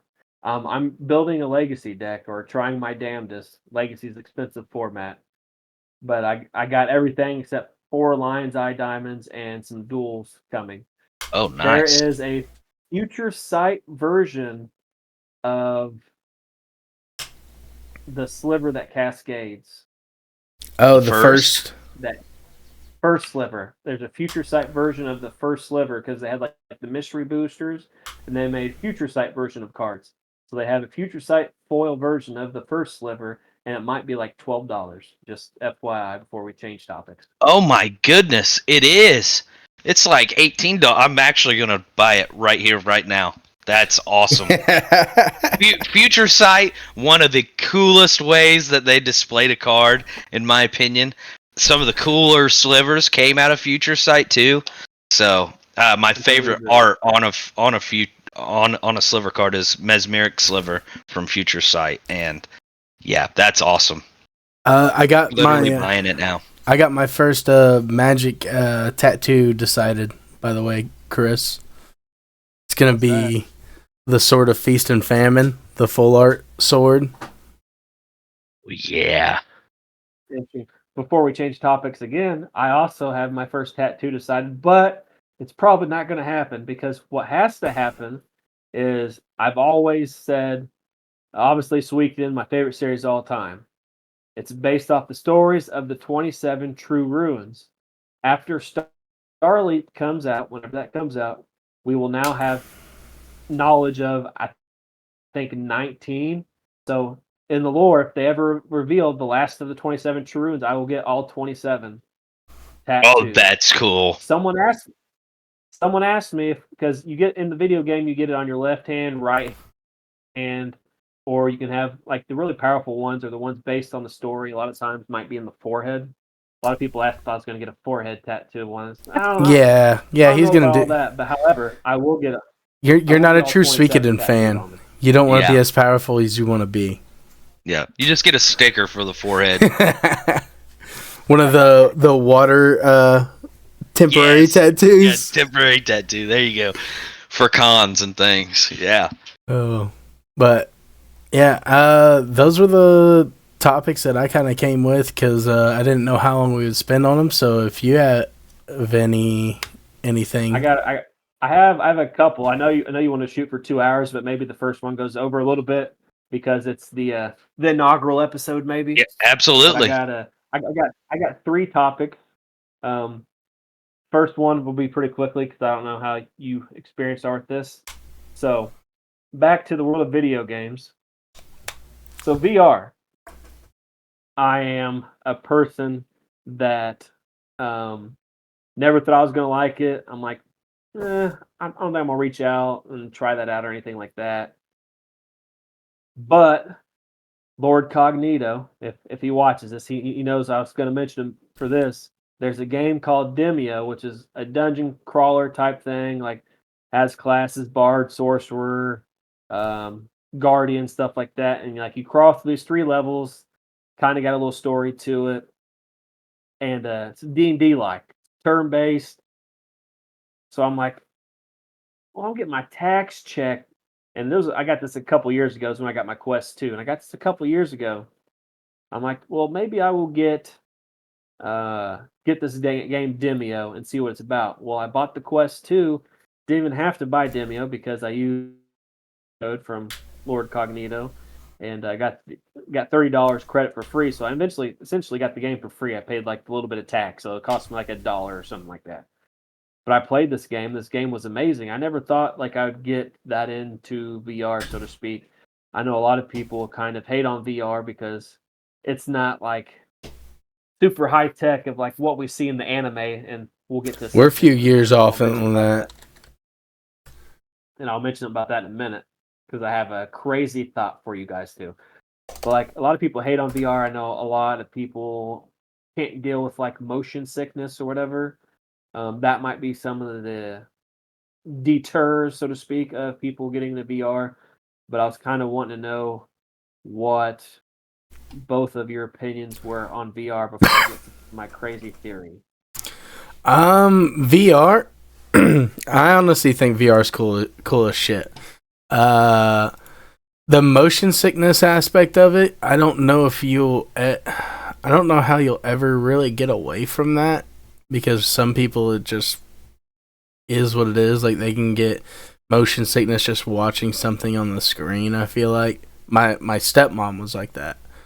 But, no, I think VR is cool as hell. I've really been wanting to get into VR because I've seen a lot of the videos, like the clips of people, like, sword fighting and shit on VR. And that looks that looks so fun to me.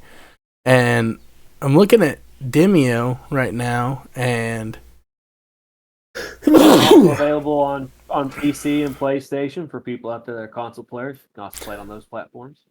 It looks really cool. It looks like it's turn based. Is that right? Like a turn based. Yeah, turn based. Okay, and you get like a. I mean, it looks like something that you would get just like get these on. cards. Each class has like specific cards like their class can use, and there's also cards like everybody can use. And like it's kind of like you think D&D. It's the around the tabletop people playing like as you're looking in VR or you're playing like depending upon how you zoom out or whatever stuff like this. Like you can see like the mask of the other people kind of looking down at the situation of the table, whatever. You turn your wrist. You can see like all your cards you have the ability to access in your hand. You have a gauntlet on the other one, tells like their turn order. You roll these dice to determine if you're successful with your attack. Like for example, one of the coolest things I've seen is the bard has this ability called Hurricane.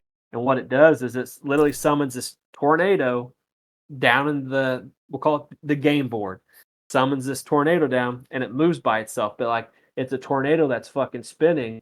As it's spinning, if you look like at the top of this tornado, you see like these little lightning bolts and stuff like that coming, hitting the top of this tornado.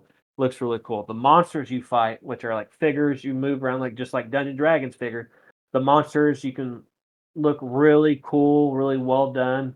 You could, turn them upside down. You see cool etching of Demi or whatever, tells the different stats. But like a game like Demio is what pulled me. And I love VR. It's not just for the game. I've watched three really good documentaries. Um, one of them's called Surviving. I think it's called Surviving 9/11, The Last Survivor, and it talks about the very last person they pulled out of the rubble on 9/11. And like just watching that in VR, seeing like I watched it first on my couch and like I couldn't like you can't really like spin all the way around your couch, but like I went to a different area and I watched it and like spin around, see the towers, all this rubble. And obviously you gotta think VR. I watched one about D-Day, because they had this big thing for Medal of Honor. I watched this documentary about D-Day, which is really cool, and climbing Mount Everest. I literally got to sit there.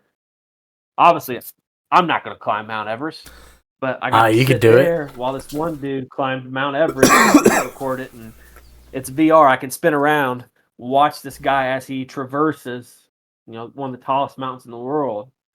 So VR adds a lot of cool different aspects, and it's like Demio's my favorite game that I've played so far. Like a lot of people like Resident Evil or like the zombie games that they've put on here. That's also a cool game. My nephew loves Gorilla Tag.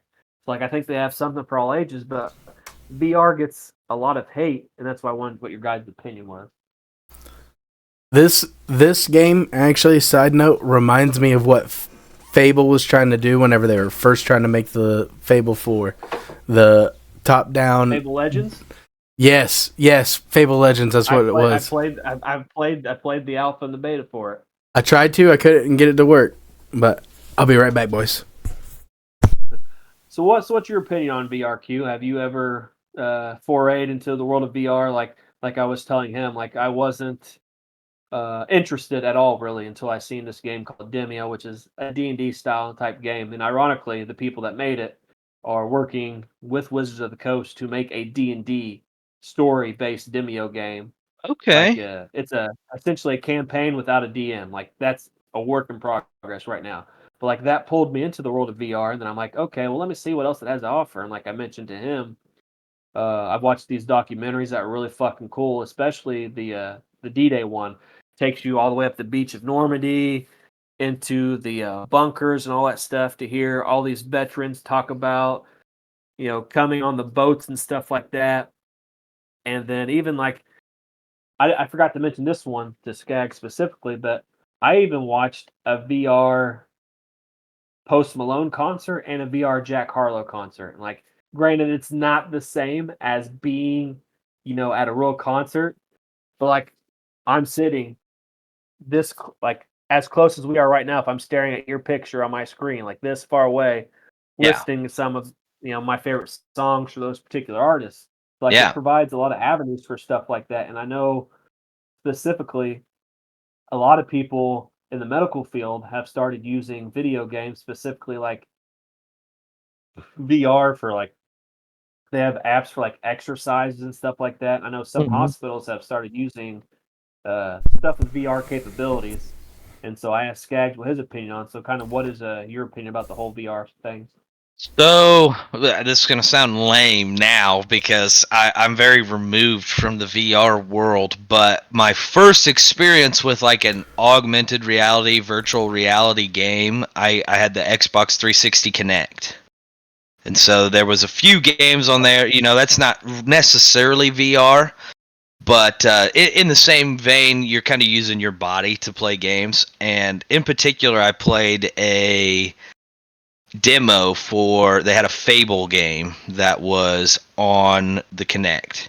And so you were kind of like stuck in a cart, or like there was a path, that you were traveling down, but there was things you could interact with and kind of cast spells and things. And so I don't have a lot of experience in true blue put your headset on VR, but I think I know I see a lot, especially like younger people really getting into the VR games, and I think I think there's a cool avenue they can go with. I know that newer Batman, was it Arkham City that they did, or was it Arkham just Shadows. Arkham Shadows? And I heard nothing but fantastic reviews about that. And from what I understand, you're pretty much just Batman running around throwing batarangs and beating people up, which, I mean, what more would you want to do than be Batman and go beat up bad guys, So I'd be I tried to excited to get see. it to review it, but I didn't get it. Yeah. I really want to play it. I'd be excited to see how far it goes. I know, like you were saying, Skaggs kind of alluded to, where a ways away from like a Sword Art Online kind of thing where you.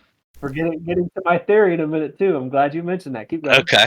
I know Ooh, we're we got ways away from that, theories. but that would be, I mean, what more could you ask for? The pinnacle of playing a game is literally being inside of, or feeling like you're literally there. That I, for as little experience as I have with VR, I have been following VR for so long.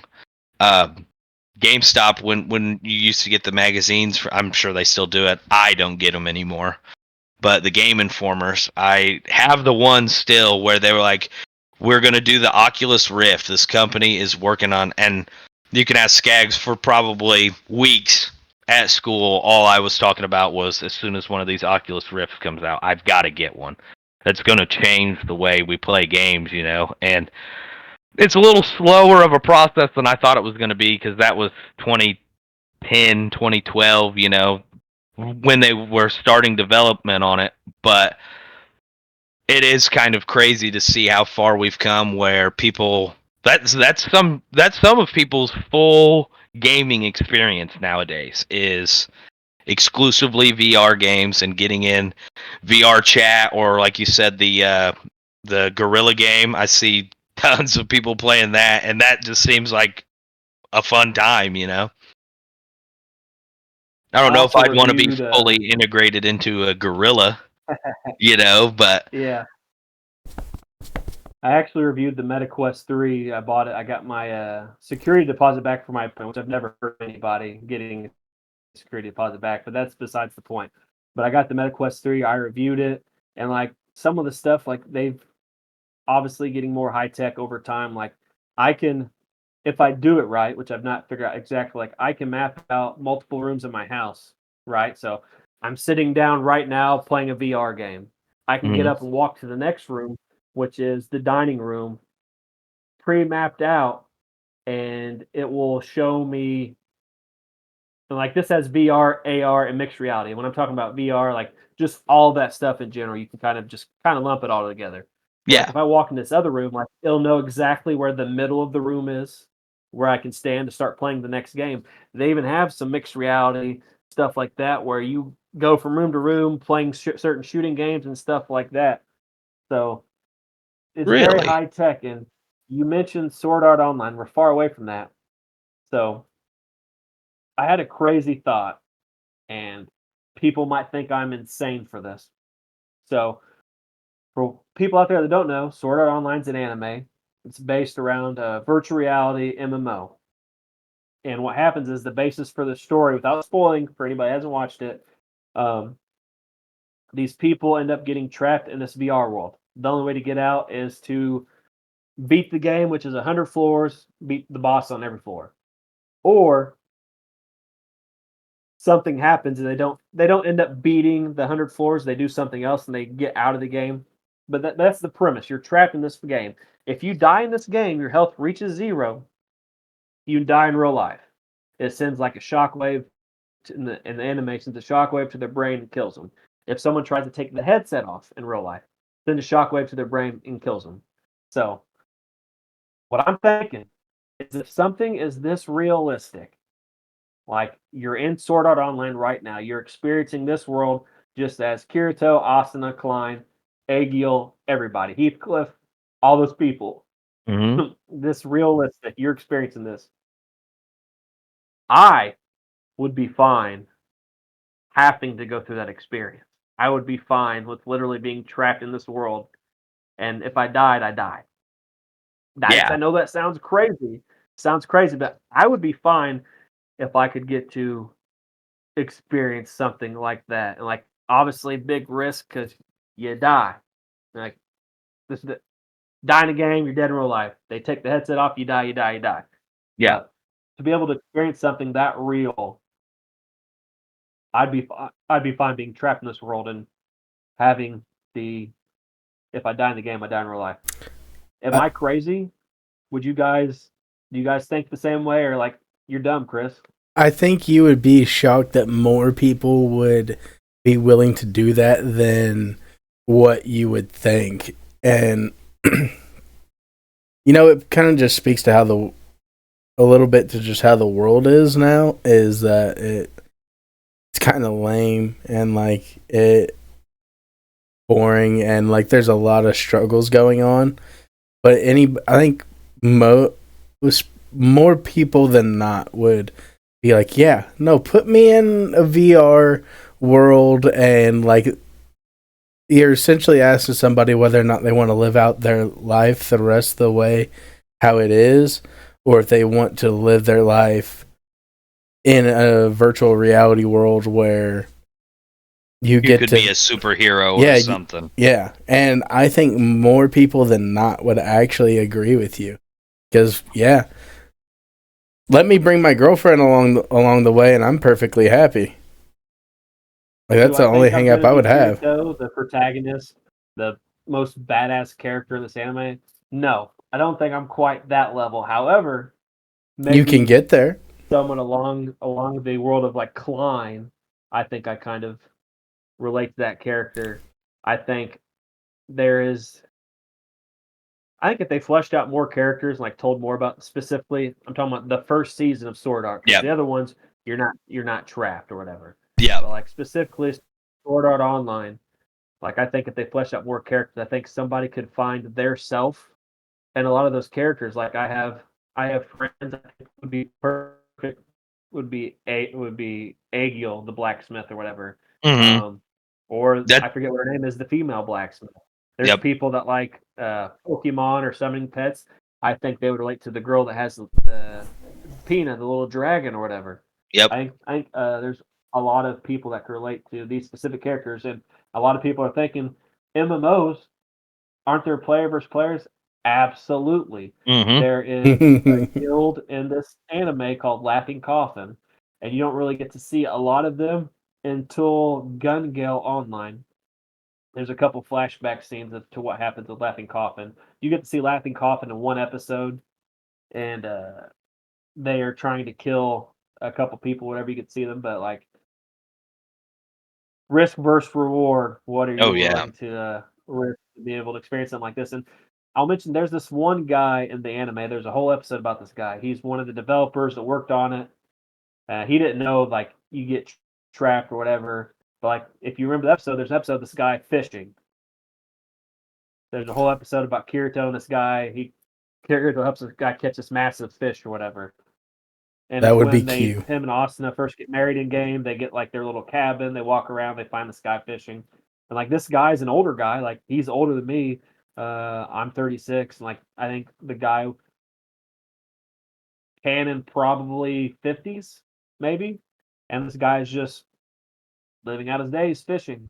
Yep, that's me, baby. You get me in a virtual reality world like that, I might have a blacksmith shop or something. But I think I'm more so going for I'm collecting herbs and fishing, and you're not going to see me. And if you want to kill me, you probably have an easy time doing it because I'm not maxing out any of my fighting skills. But I will catch whatever fish you need me to catch for Yeah, sure. he is in his 50s. You are correct on that. No, maybe. Well, I mean, I he's might already just need to got your start living that. he's got your future Yeah, hairline already. So, dude.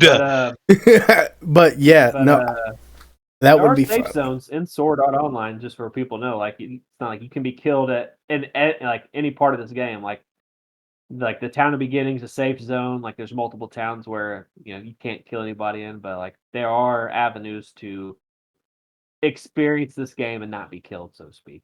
Mm. Yeah, and me, I think I would try and I would I would probably go more combat because that's the draw for me in that.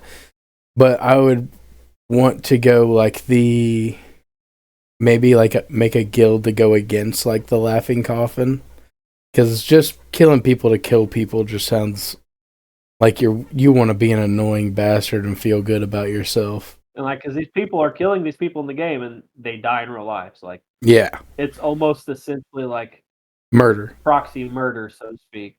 Yeah. And like you mentioned, you'd probably want to make a guild. Like, there's a lot of like powerful guilds that aren't Laughing Coffin. Like, a lot of people made guilds like Knights of the Blood Oath and the stuff like that that were guilds of like some of the most powerful people in this anime.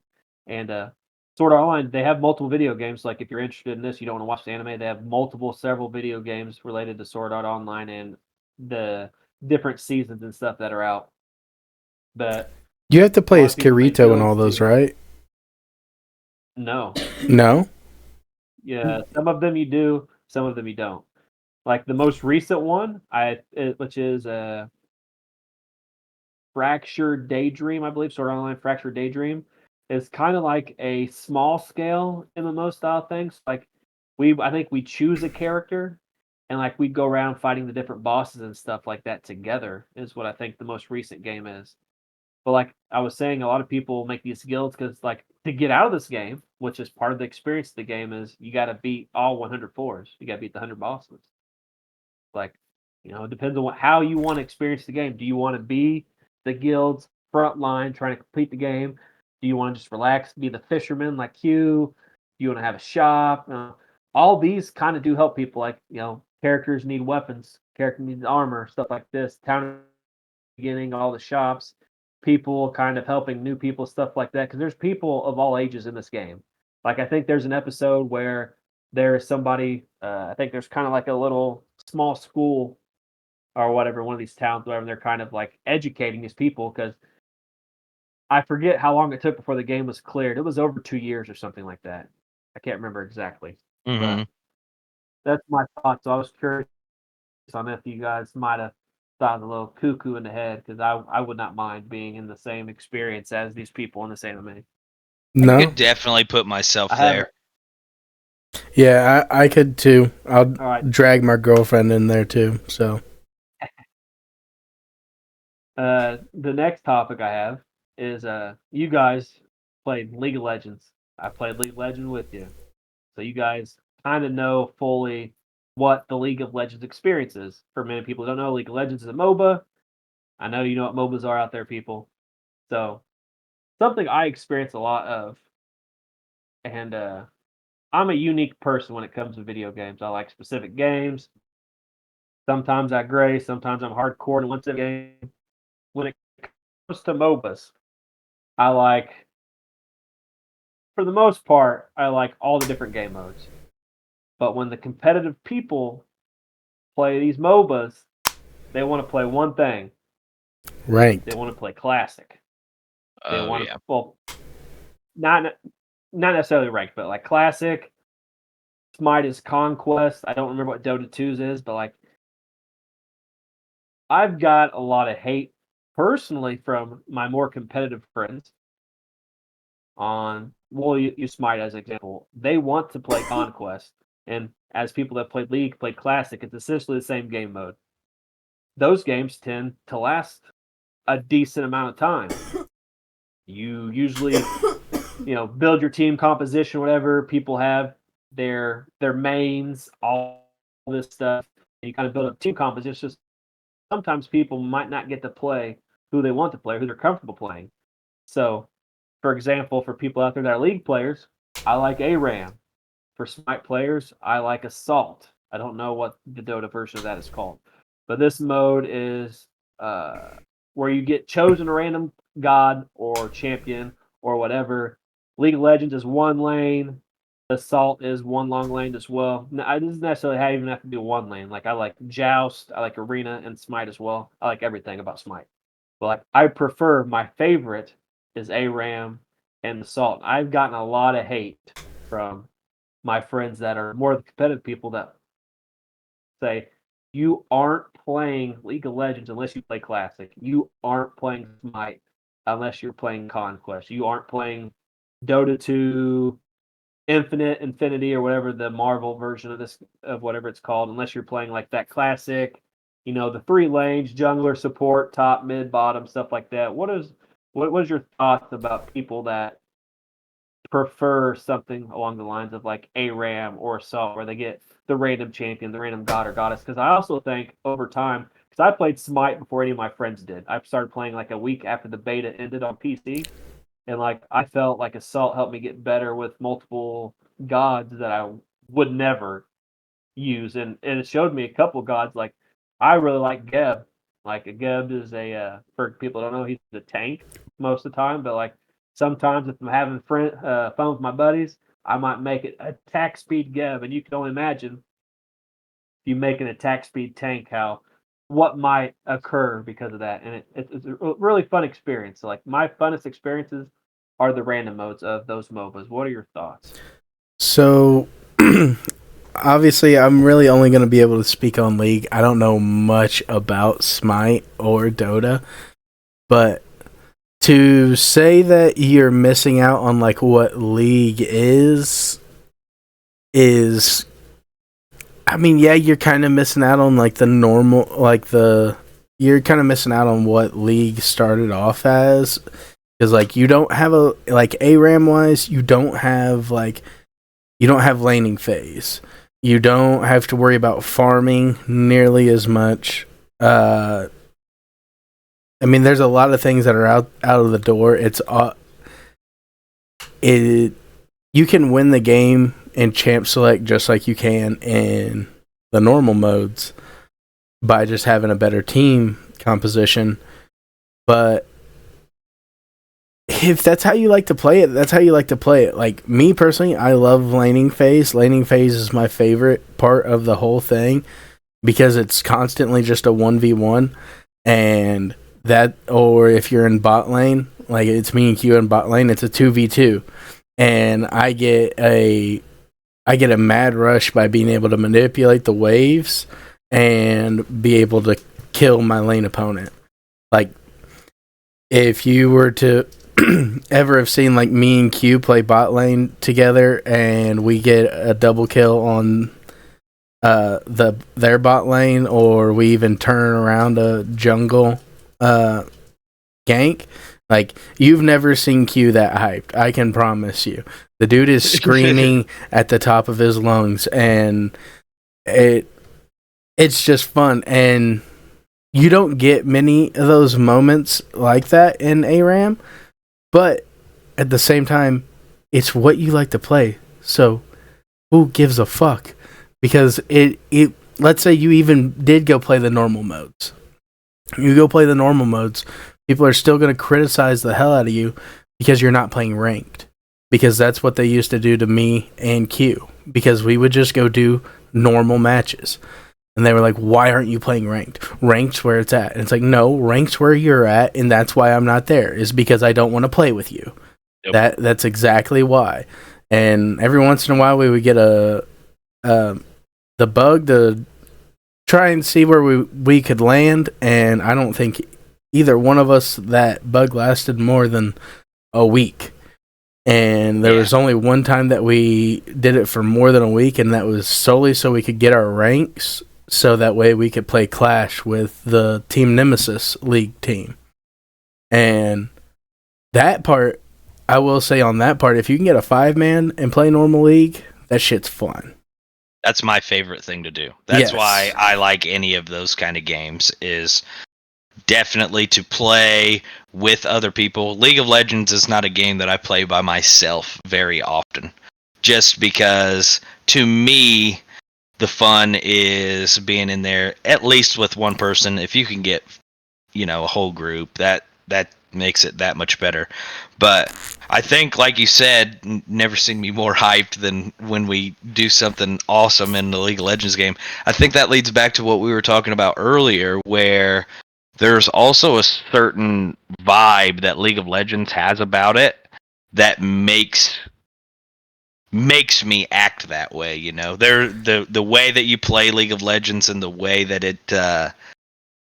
it makes you feel leads you down that really hyper, much like a Call of Duty or something like that, where there's so much riding on what just happened that you have to be pumped that you just pulled that off, or you get extra mad when you don't pull something like that off. Well, and it's also because the way that we always play is a very bloodthirsty all or nothing, because we see a spot where it's open to fight and we know what we need to do, and if something goes wrong, then we are screwed for a little bit, if not for the rest of the game. But we're if we forcing get the fight, yes, we're almost always forcing the fight, and it's a very all or nothing play style. So if it doesn't, and I think that's why it enacts that reaction. Either the much more negative reaction or the much more positive reaction, is because there is so much on the line for this 20-second period of this 30-minute game. Because if this goes wrong, the next 15 minutes of my life is going to be hell in this game. If it goes right, then anywhere from the next couple minutes to the next 20 minutes can be smooth sailing and some of the funnest shit ever. Like, some of the most fun stuff was like in Clash, whenever me and Ryan would get so fed that we would just wander off into other people's lanes, kill their opponents real quick, and go back to our lane, get our minions, kill our opposing laner, and then just rinse and repeat. And like, there was one point where I would just follow Bailey around to wherever he needed.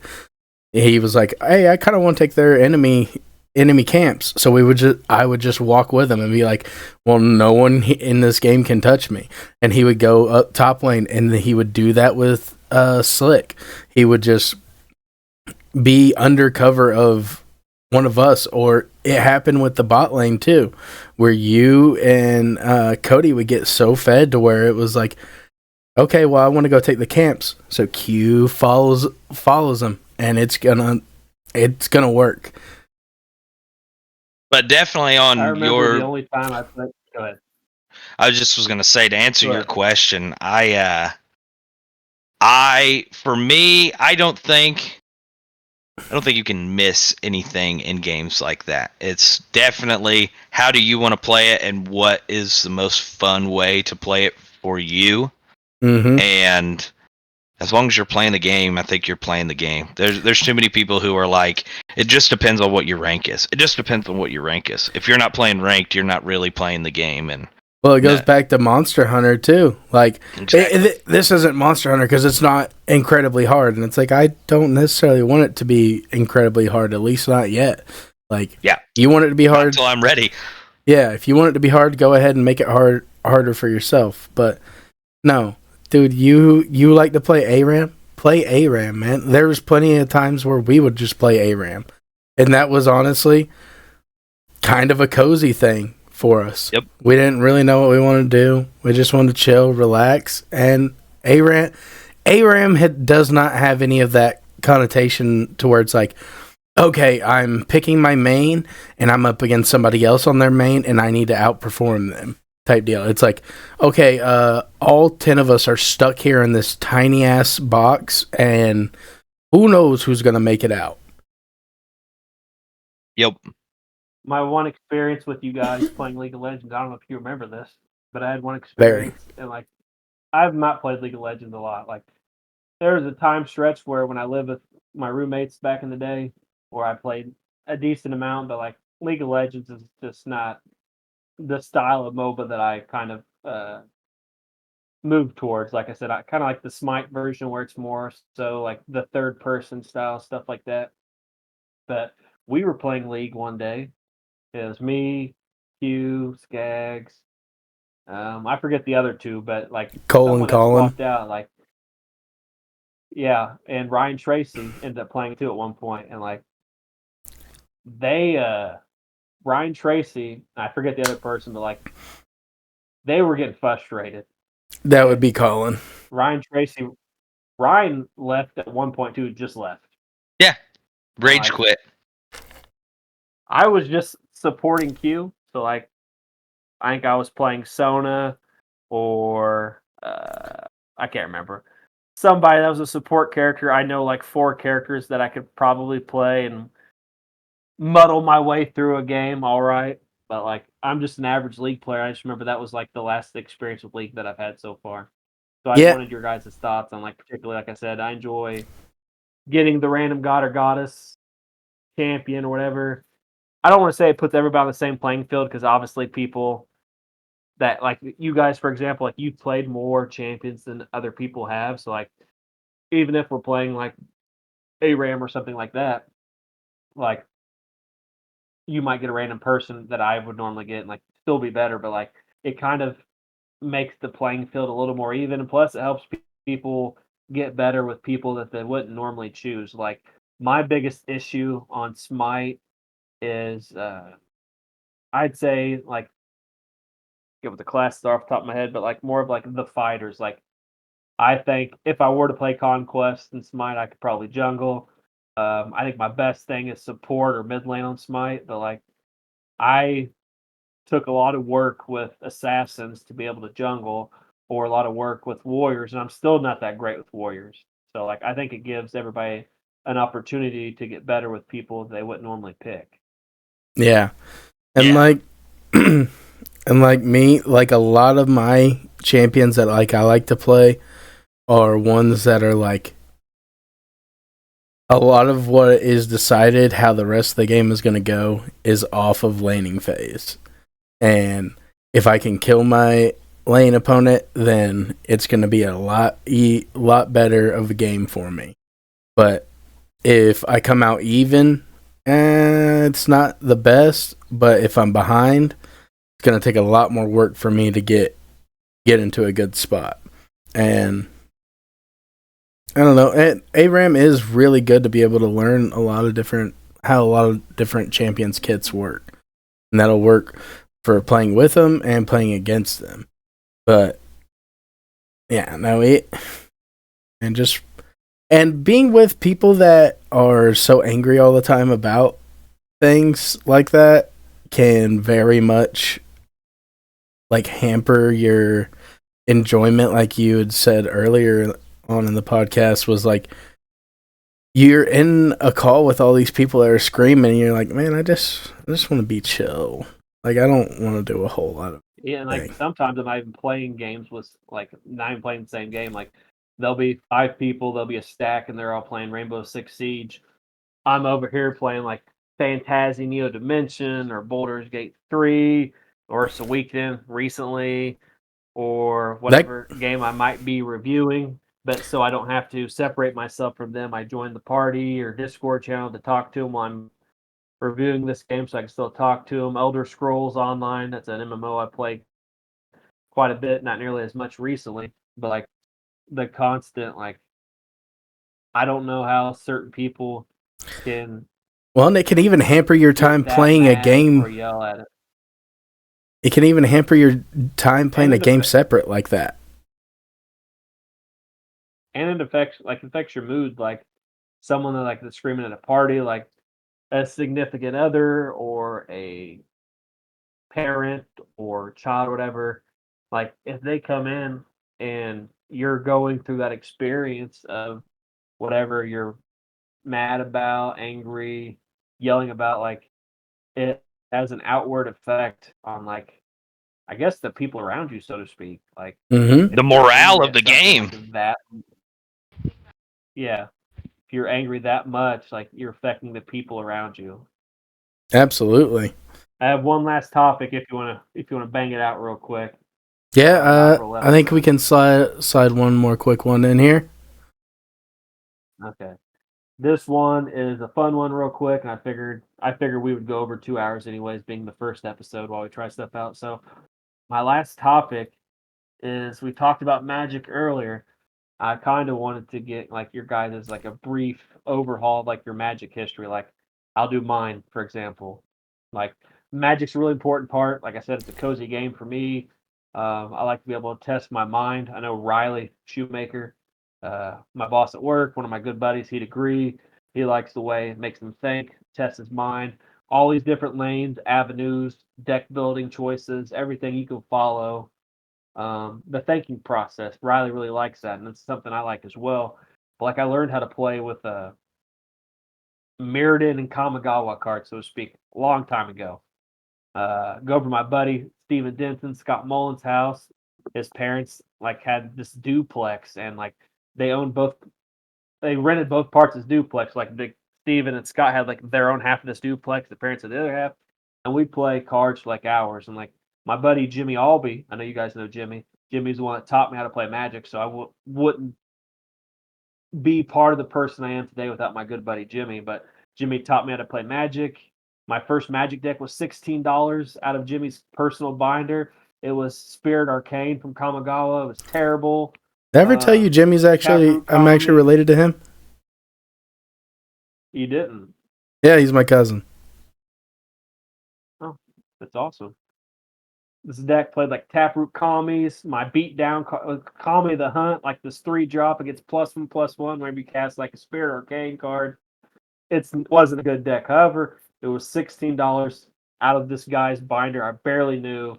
He kind of gave me the hookup. And like at the time, I was still doing like Yu-Gi-Oh stuff too on the side. But, like Magic ultimately ended up becoming my focus. I played Magic on Wednesdays for youth group. And when I got out of high school, there was a time period where I lived with my uncle, and like, young kids towards the end of high school might be partaking in some activities they might not should be doing under the contents of the laws Yeah. or whatever. But like, uh, I have another friend, Aaron Reed. I'm sure you guys remember Aaron. Mm-hmm. So like, he had offered he played Magic like once a week. It was on like Wednesdays or whatever. And like it was a place to get together to where I wasn't going out getting in trouble, stuff like that. Aaron's a couple years older than me, not much older than me, but like a few years older. And like we'd go there, play Wednesdays, got to meet these cool people that had way more knowledge about Magic than I did. And then played a lot at the Gamers Connection.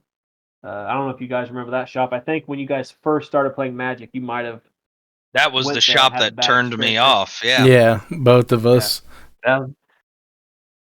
But I never remembered you guys from there. I wish I would have met you guys back then. But like, Well, I think there played was there only for a one while. dude That's where in I met there. Earl. Learned a lot about Magic. Okay, it was probably Joey, the owner. I met Earl. Earl had like I said earlier, the big fishing tackle box, 45 decks, lots of cool stuff. Learned a lot about Magic. Met a lot of cool people. Uh, People I still talk to today. I share a collection with Jack and Trevor still technically. Um, Risky. Then I stopped playing Magic after the Gamers Connection kind of closed down because I started streaming a lot when I started working at Pilkington's. Like my Magic kind of dulled down quite a bit. Streaming all the time, played Magic on there on Twitch every once in a while, and then uh, Jordan. I didn't really know Jordan very much, but like Aaron convinced me to come to like a random modern tournament. Jordan used to have a shop behind Bob Evans, and it was called Odds and Mm-hmm. Ends back then. Played one modern tournament. I had no modern deck at this time. It was just a bunch of merfolk. Took out the non-modern legal cards, threw in some blue-white control cards. Jordan was my first opponent in round 1. He's playing an Eldrazi ramp deck.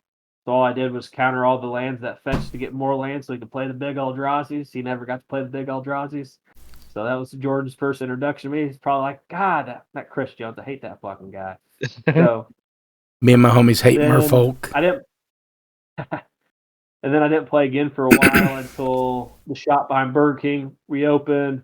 Jimmy was working for Jordan at the time. Jimmy convinced me to come in and play, and like it was a welcoming atmosphere there. Jimmy kind of out of his binder once again.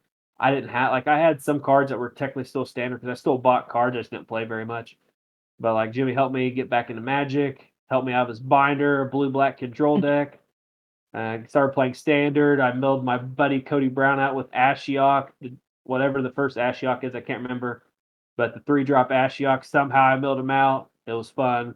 Riley, Riley Shoemaker, Cody Brown, Wesley, all my Pilkington buddies got into Magic there and started like really getting into Magic. I started really paying attention to standard. And then I stopped having fun. I don't remember the root cause, but I stopped having a lot of fun. I felt like I wasn't playing a lot of decks like I enjoyed, and that probably played a factor in why I almost quit in 2015. But I was really close 2015 of not playing anymore. And then I seen one of my favorite pro players. He's not quite so much pro player anymore, even though he still plays occasionally. Jim Davis. I'm sure you guys have heard of him, but he was at the Players Championship 2015. He was the bottom seed going into day 2 and he ended up winning this players championship. Long story short, he had to beat the number 2 seed and the number 1 seed to be able to make it and win this championship. Like he was the bottom seed. He was playing decks that like not other people were playing. He had a control deck, Sultai Delver, which wasn't very common as far as I know back then in Legacy. Playing an Eldrazi ramp deck in Standard, which none of them were doing. And to see that and like those cool decks could still be functional and viable in a tournament setting. Like I'm like, okay, I'm back fucking in. Chris is here. But like I jumped right back in, bought a box of whatever set Archangel Avacyn originally came in. I forget, it's like Shadows of Innistrad maybe. Built my first deck from scratch completely of like where I'm like read every card, all the abilities, like this is cohesive, sideboard. My first deck, blue white control, all thanks to pulling a full Topolgeist in the draft. If you don't know what Topolgeist is, he's a 1-drop white creature that taps a creature that comes into play that has delirium. The creature doesn't untap. It's not that good, but it's cool. I had a foil one, pulled it in draft.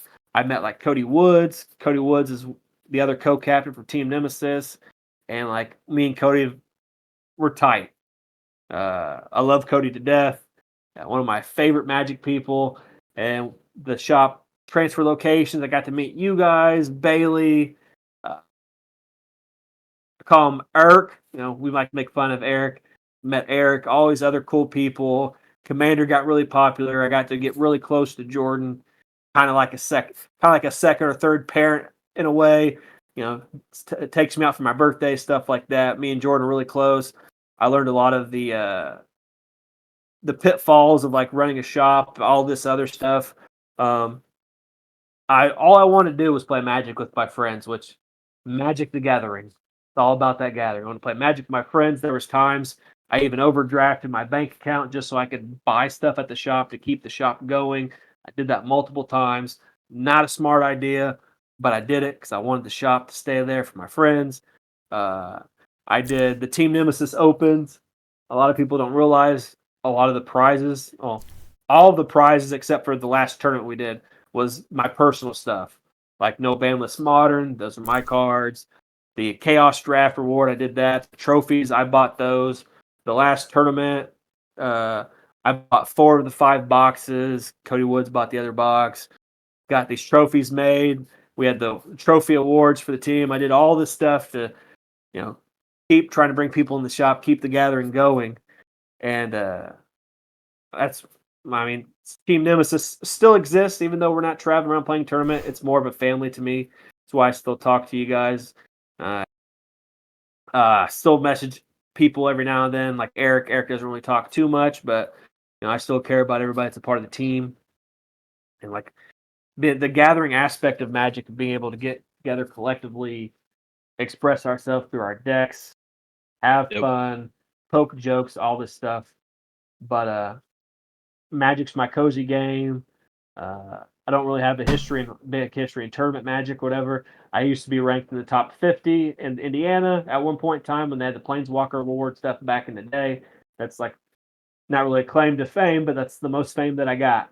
So kind of my quick history in Magic. So like I guess I kind of want to know like why you guys got into Magic, what happened to Magic, and kind of like where you sit nowadays before we end the podcast. Yeah. Mine's a little different. So it was my junior and senior year of high school. One of our good buddies, he had already played Magic before. He had an older brother who played. And so we kind of knew of it and always been like, collecting Pokemon cards since I was a little kid and everything. So I was more of the collector mindset than I was like playing a game. And I had a real good buddy from high school who we had a free period together kind of, and he's like, have you ever played Magic? And I was like, I haven't. I've heard of it. I'd like to get into it. So his name is Andrew, and he ended up bringing in a massive box. I mean, you want to talk about bulk. This was the bulk box. If you have a lot of Magic cards, you know where your bulk box is and how much you hate it. So he hated his bulk box. He was tired of looking at it, so he brought it in, and he's like, here's what Magic cards are. I have some decks, and he brought decks in, and he ended up showing me how to play while we were in school. So he gave me that giant bulk box and got to, make some decks and learn how to play, and we all collectively kind of started playing together. We had a little hangout spot where we would go and hang out after school, and it kind of turned into we're playing Magic after school or playing video games, but started really turning into Magic. That was around the M14, when M14 set dropped.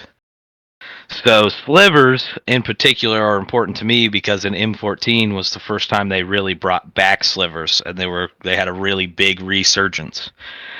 So a lot of the packs that we were buying at the time were sliver. There was lots of slivers, and they were just kind of all scattered around. So one day I'm collecting up all the slivers, and yeah, they were silvers back then because everybody was dyslexic and couldn't read. But so I'm collecting up all the silvers, and I made my first 5-color deck. That was the first ever deck that I made on my own, just because I had cards. And to this day, that's the deck that I still have together. Well, it's now a commander deck. It was 60 card then. But so what would that have been? 2013 or 14? Yeah. To this day, that deck lives and is played regularly because that was my beginning of Magic, But Andrew really had a hand showing me how to play the game and how fun it could be. I met a bunch of people just going over to his house and learning how to play Magic. And then I got to translate that to playing with my friends. And we took a long hiatus from Magic after a couple sets after M14, just because getting out of high school, starting into the adult world, that kind of puts a damper on things. But when we came back, it was when Jordan had the shop behind rallies, and met all you guys and just playing. I mean, not even for a millisecond did I think for any reason anybody would want me on the Magic team only playing slivers and those kind of decks. But you guys asking me to come and play and hang out and actually be there, I learned a lot more than I ever thought I would. Magic, and just had a really good time making a lot of friends playing Magic. So it was overall, Magic was really, really. I'm really glad that Andrew decided to give me a metric ton of bulk cards, because that sent me down a pretty good path. Yeah. So I kind of started. I started around the same time. Mine was one of our buddies got a draft together with Q and another one of our friends, and just out of nowhere, he hit me up and was like, "Hey man, have you ever played this game?" I was like, "No." He goes, "You played Yu-Gi-Oh before, right?" I was like, "Yeah." He's like, "It's kind of like that, but it's not." I was like, "Okay." And back then, I was looking for any excuse to get out of my house. So I was like, "Cool, I'll be there. Where do I need to be?" So shot on over, and he explained everything. Went through playing it. I actually still have the very first I have the very first mythic card that I pulled from my very first pack I ever opened. Still, and we, and kind of like Q said, we spent our times like after school at this little hangout spot playing Magic, playing video games, stuff like that. And it was around the M14 time. Dragon's Maze was just releasing. I remember that. Yep. Because we were so pumped. We were like, all right, well, we're going to chip in and get a box of Dragon's Maze so we can do drafts. And, oh, little puppy. But we're going to chip in so we can get a box of Dragon's Maze and we can draft and do all that stuff. Dragon's Maze was ass. Yeah. Yep. Give me Dragon's Maze 2 to make up for it and make it better, please. But, so from there, kind of like Q said, I ended up going out of state for schooling and for work, and I came back to Indiana in like 2018, 2019, somewhere around there, and we got into Magic shortly after I got back again, and then that's when we showed up at Jordan's shop. I recognized you from the wrestling stuff, and we just started going there. You convinced me to play Modern because that was the main format there, so that way I could actually play. I went through a couple of decks until I came across my Dragon Reanimator deck, and I stuck to that one pretty heavily until they decided to ban out my Faithless Looting. I even tried to make it work after that, and it just wasn't good. It's back, baby. Yeah. But, to go back to, like, Q with his slivers, I actually still have my big deck from whenever I was playing in high school as well. It's missing the lands, but I have all of it in a deck box, and everybody hated that deck, and I love it. It was just a Naya Zoo deck that did a lot with Battalion from back in around that era, and Frontline Medic. It had Frontline Medic in there, and yeah, Q and everybody else hate Frontline Medic. Boo, Frontline Medic. I remember Frontline Medic from Standard. I remember it. Yeah, so we started playing Modern. Eventually jumped into the team and everything. Went around, did a few tournaments with everybody, and I got pictures. Yep.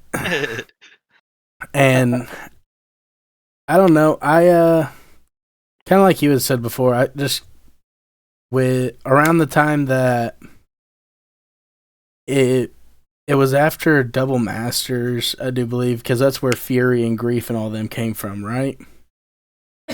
Modern Horizons. Modern Horizons 2. Yeah, Modern Horizons 2. I just kind of fell out of love with the game, and especially like the meta with it. Seemed like everything was very control-y and everything was exactly the same. You had Murktide Regents, you had some form of blue-white control that it felt like everybody was playing something to that nature. And I found a deck that I liked in Rakdos scam, but that was short-lived because I don't know, it just wasn't the same for me, so stopped playing for a good long while. Played a little bit of Commander with people every once in a while, and now that's pretty much what I do is I'll randomly decide that I want to make a deck, and I'll have a deck sit on the shelf for months before it's ever actually played. We did do something we all forgot to mention is Jordan was getting pretty big into trying to do video games, whatever. So if you remember right, there was one Christmas Eve that we all went to the shop after Grandma's Pancake House because we go to Grandma's on Christmas Eve. That's just our thing. Mhm. And we all, do you remember we all played Legacy decks because I had like 6 Legacy decks before I made the deal for my collection. We had Yes. 6 Legacy decks. We played it. And Yeah. then we went back and tried to commentate over the Legacy games. That was something we did. And I got a bone to pick with Q. I don't know if you remember this, but I fucking do. So, speaking of Modern Horizons 2, What did I do? I don't think people, you're about to find out. I don't think people realize how lucky this guy is. So, we do this thing called Pack Wars. There's like 5 or 6 of us. What Pack Wars is, everybody buys a pack. You open the pack, turn the cards upside down. First person flips over a card based on the mana cost or like who has the highest pair, whatever it might be. That person has the highest card. It goes to the next person, et cetera, till all the cards in the pack are gone. Then whoever has the highest or the biggest pair, whatever it is the winner, gets all the packs. So what happened is it was like 6 of us. And I wasn't going to jump in. I'm like, nah, I got to jump in. And I said, someone opened a good card. I don't remember what it was. It was one of the elementals. So Fury, Endurance, whatever one of those elementals was. And then I said, to win, I need like whatever the 8-drop or 9-drop creature was. It's a big, dumb creature. It's the highest mana cost. You're going to win. Yes, you're going to win. I'm like, I need this fucking creature. I pulled a foil fetch land and a regular fetch land. I did not pull the creature. You know who pulled the big ass uncommon creature? Q did with his fucking lucky ass. So Q got all 6 of those packs. My fetch land, my foil fetch land, the elemental the other guy got. So that's my bone. Q's got people at work say I got the lucky fingers to fix stuff. Q's got the lucky fingers when it comes to fucking Pack Wars and Magic. Yep, I had to retire though. I got beat out on. This will make you a little happy on that story. We did a 3-man, 4-man pack war at the shop in Greenwood, and our buddy who doesn't even play, Mason, he same exact thing. I pulled like a godly pack. I don't even remember what it was. I think it was some really good land and foil, and I think it was Modern Masters. So they weren't cheap packs either. We were being crazy. And he pulled some 12-drop common, uncommon, something like that, and just took me for all I had. And I said, okay, I'm retired. I will no longer be pack warring. Well, do you remember the same day you also lost a dockside to Cole in a pack war? That's what it was. The dockside, yes. Yeah, that's the one that retired me. He lost the dockside to Cole, which Cole is the lucky one in all of that because Cole actually retired me from doing it as well because he got a Snapcaster off me right whenever Murktide was putting up big numbers and they were actually running Snapcaster. He was up to like $35-$40 or something, and he just beat me because I had nothing above like a 3. Yep. I was like, yeah, no, I'm done. Felt. Yep. All right, I got a good ender. Maybe you guys won't like it, but I think it's cool. What is your favorite red Magic card? And I'll even throw in lands if there's a mountain or Rakdos mountain adjacent. Rakdos Cackler, that's a good one. Yeah, it is a good one. I think that's cool. Make me curse live on the podcast and flip you off. Rakdos Cackler is not good, but you're perfect. It is good. It's a 1-drop 2/2. I actually don't know what my favorite red card is, so I will just name one that I know that I really like because I have like 4 that are pretty close. And I'm not gonna say Kiki Jiki. That's what everybody expects me to say. The card I'm gonna say that you guys are gonna be like, oh, and you're gonna smile. Goat Napper. Oh yes. Goat Napper is solid. Yep. The creature on the card just looks really cool, and it's got great art. Like comes into play, takes control of target goat. There's not many goat-like creatures. There are some, but it's not really going to do anything. It's just a really funny looking card, and I like it a lot. Yep. I would have to say my top red card is Blasphemous Act. Oh, the old B I think you're act. lying. I actually think Q's lying. That's not your top favorite red card. I mean, and kind of in a technicality. Reaper King has red in its mana symbol, Well, right? yeah, I love Reaper King, but like I think I mean, I'm gonna stay away from 5 colors, Well, because they would all be slivers and stuff like that, Well, if But we're Blast Act, I think, has so much Blast Act in particular because of the red green sliver deck that I made. That was just such a nasty combo to be able to hit. I'm gonna say if we're going like only mono red, I don't even what it would be if it was just mono red. But Faithless Looting. I do love me some Steel Dragon. Oh, World actually, combo, right? Actually, yeah. Roll Gorger. I forgot about Roll Gorger. Yeah. If we're going mono red, it would be between those two. It would be between Molten Steel and World Gorger because those are combo-y dragon boys, and I like them. But yeah, all right. Well, everybody, that has been the first of the Thicc Boy podcast. I hope everybody enjoyed, and we will see you on the next one.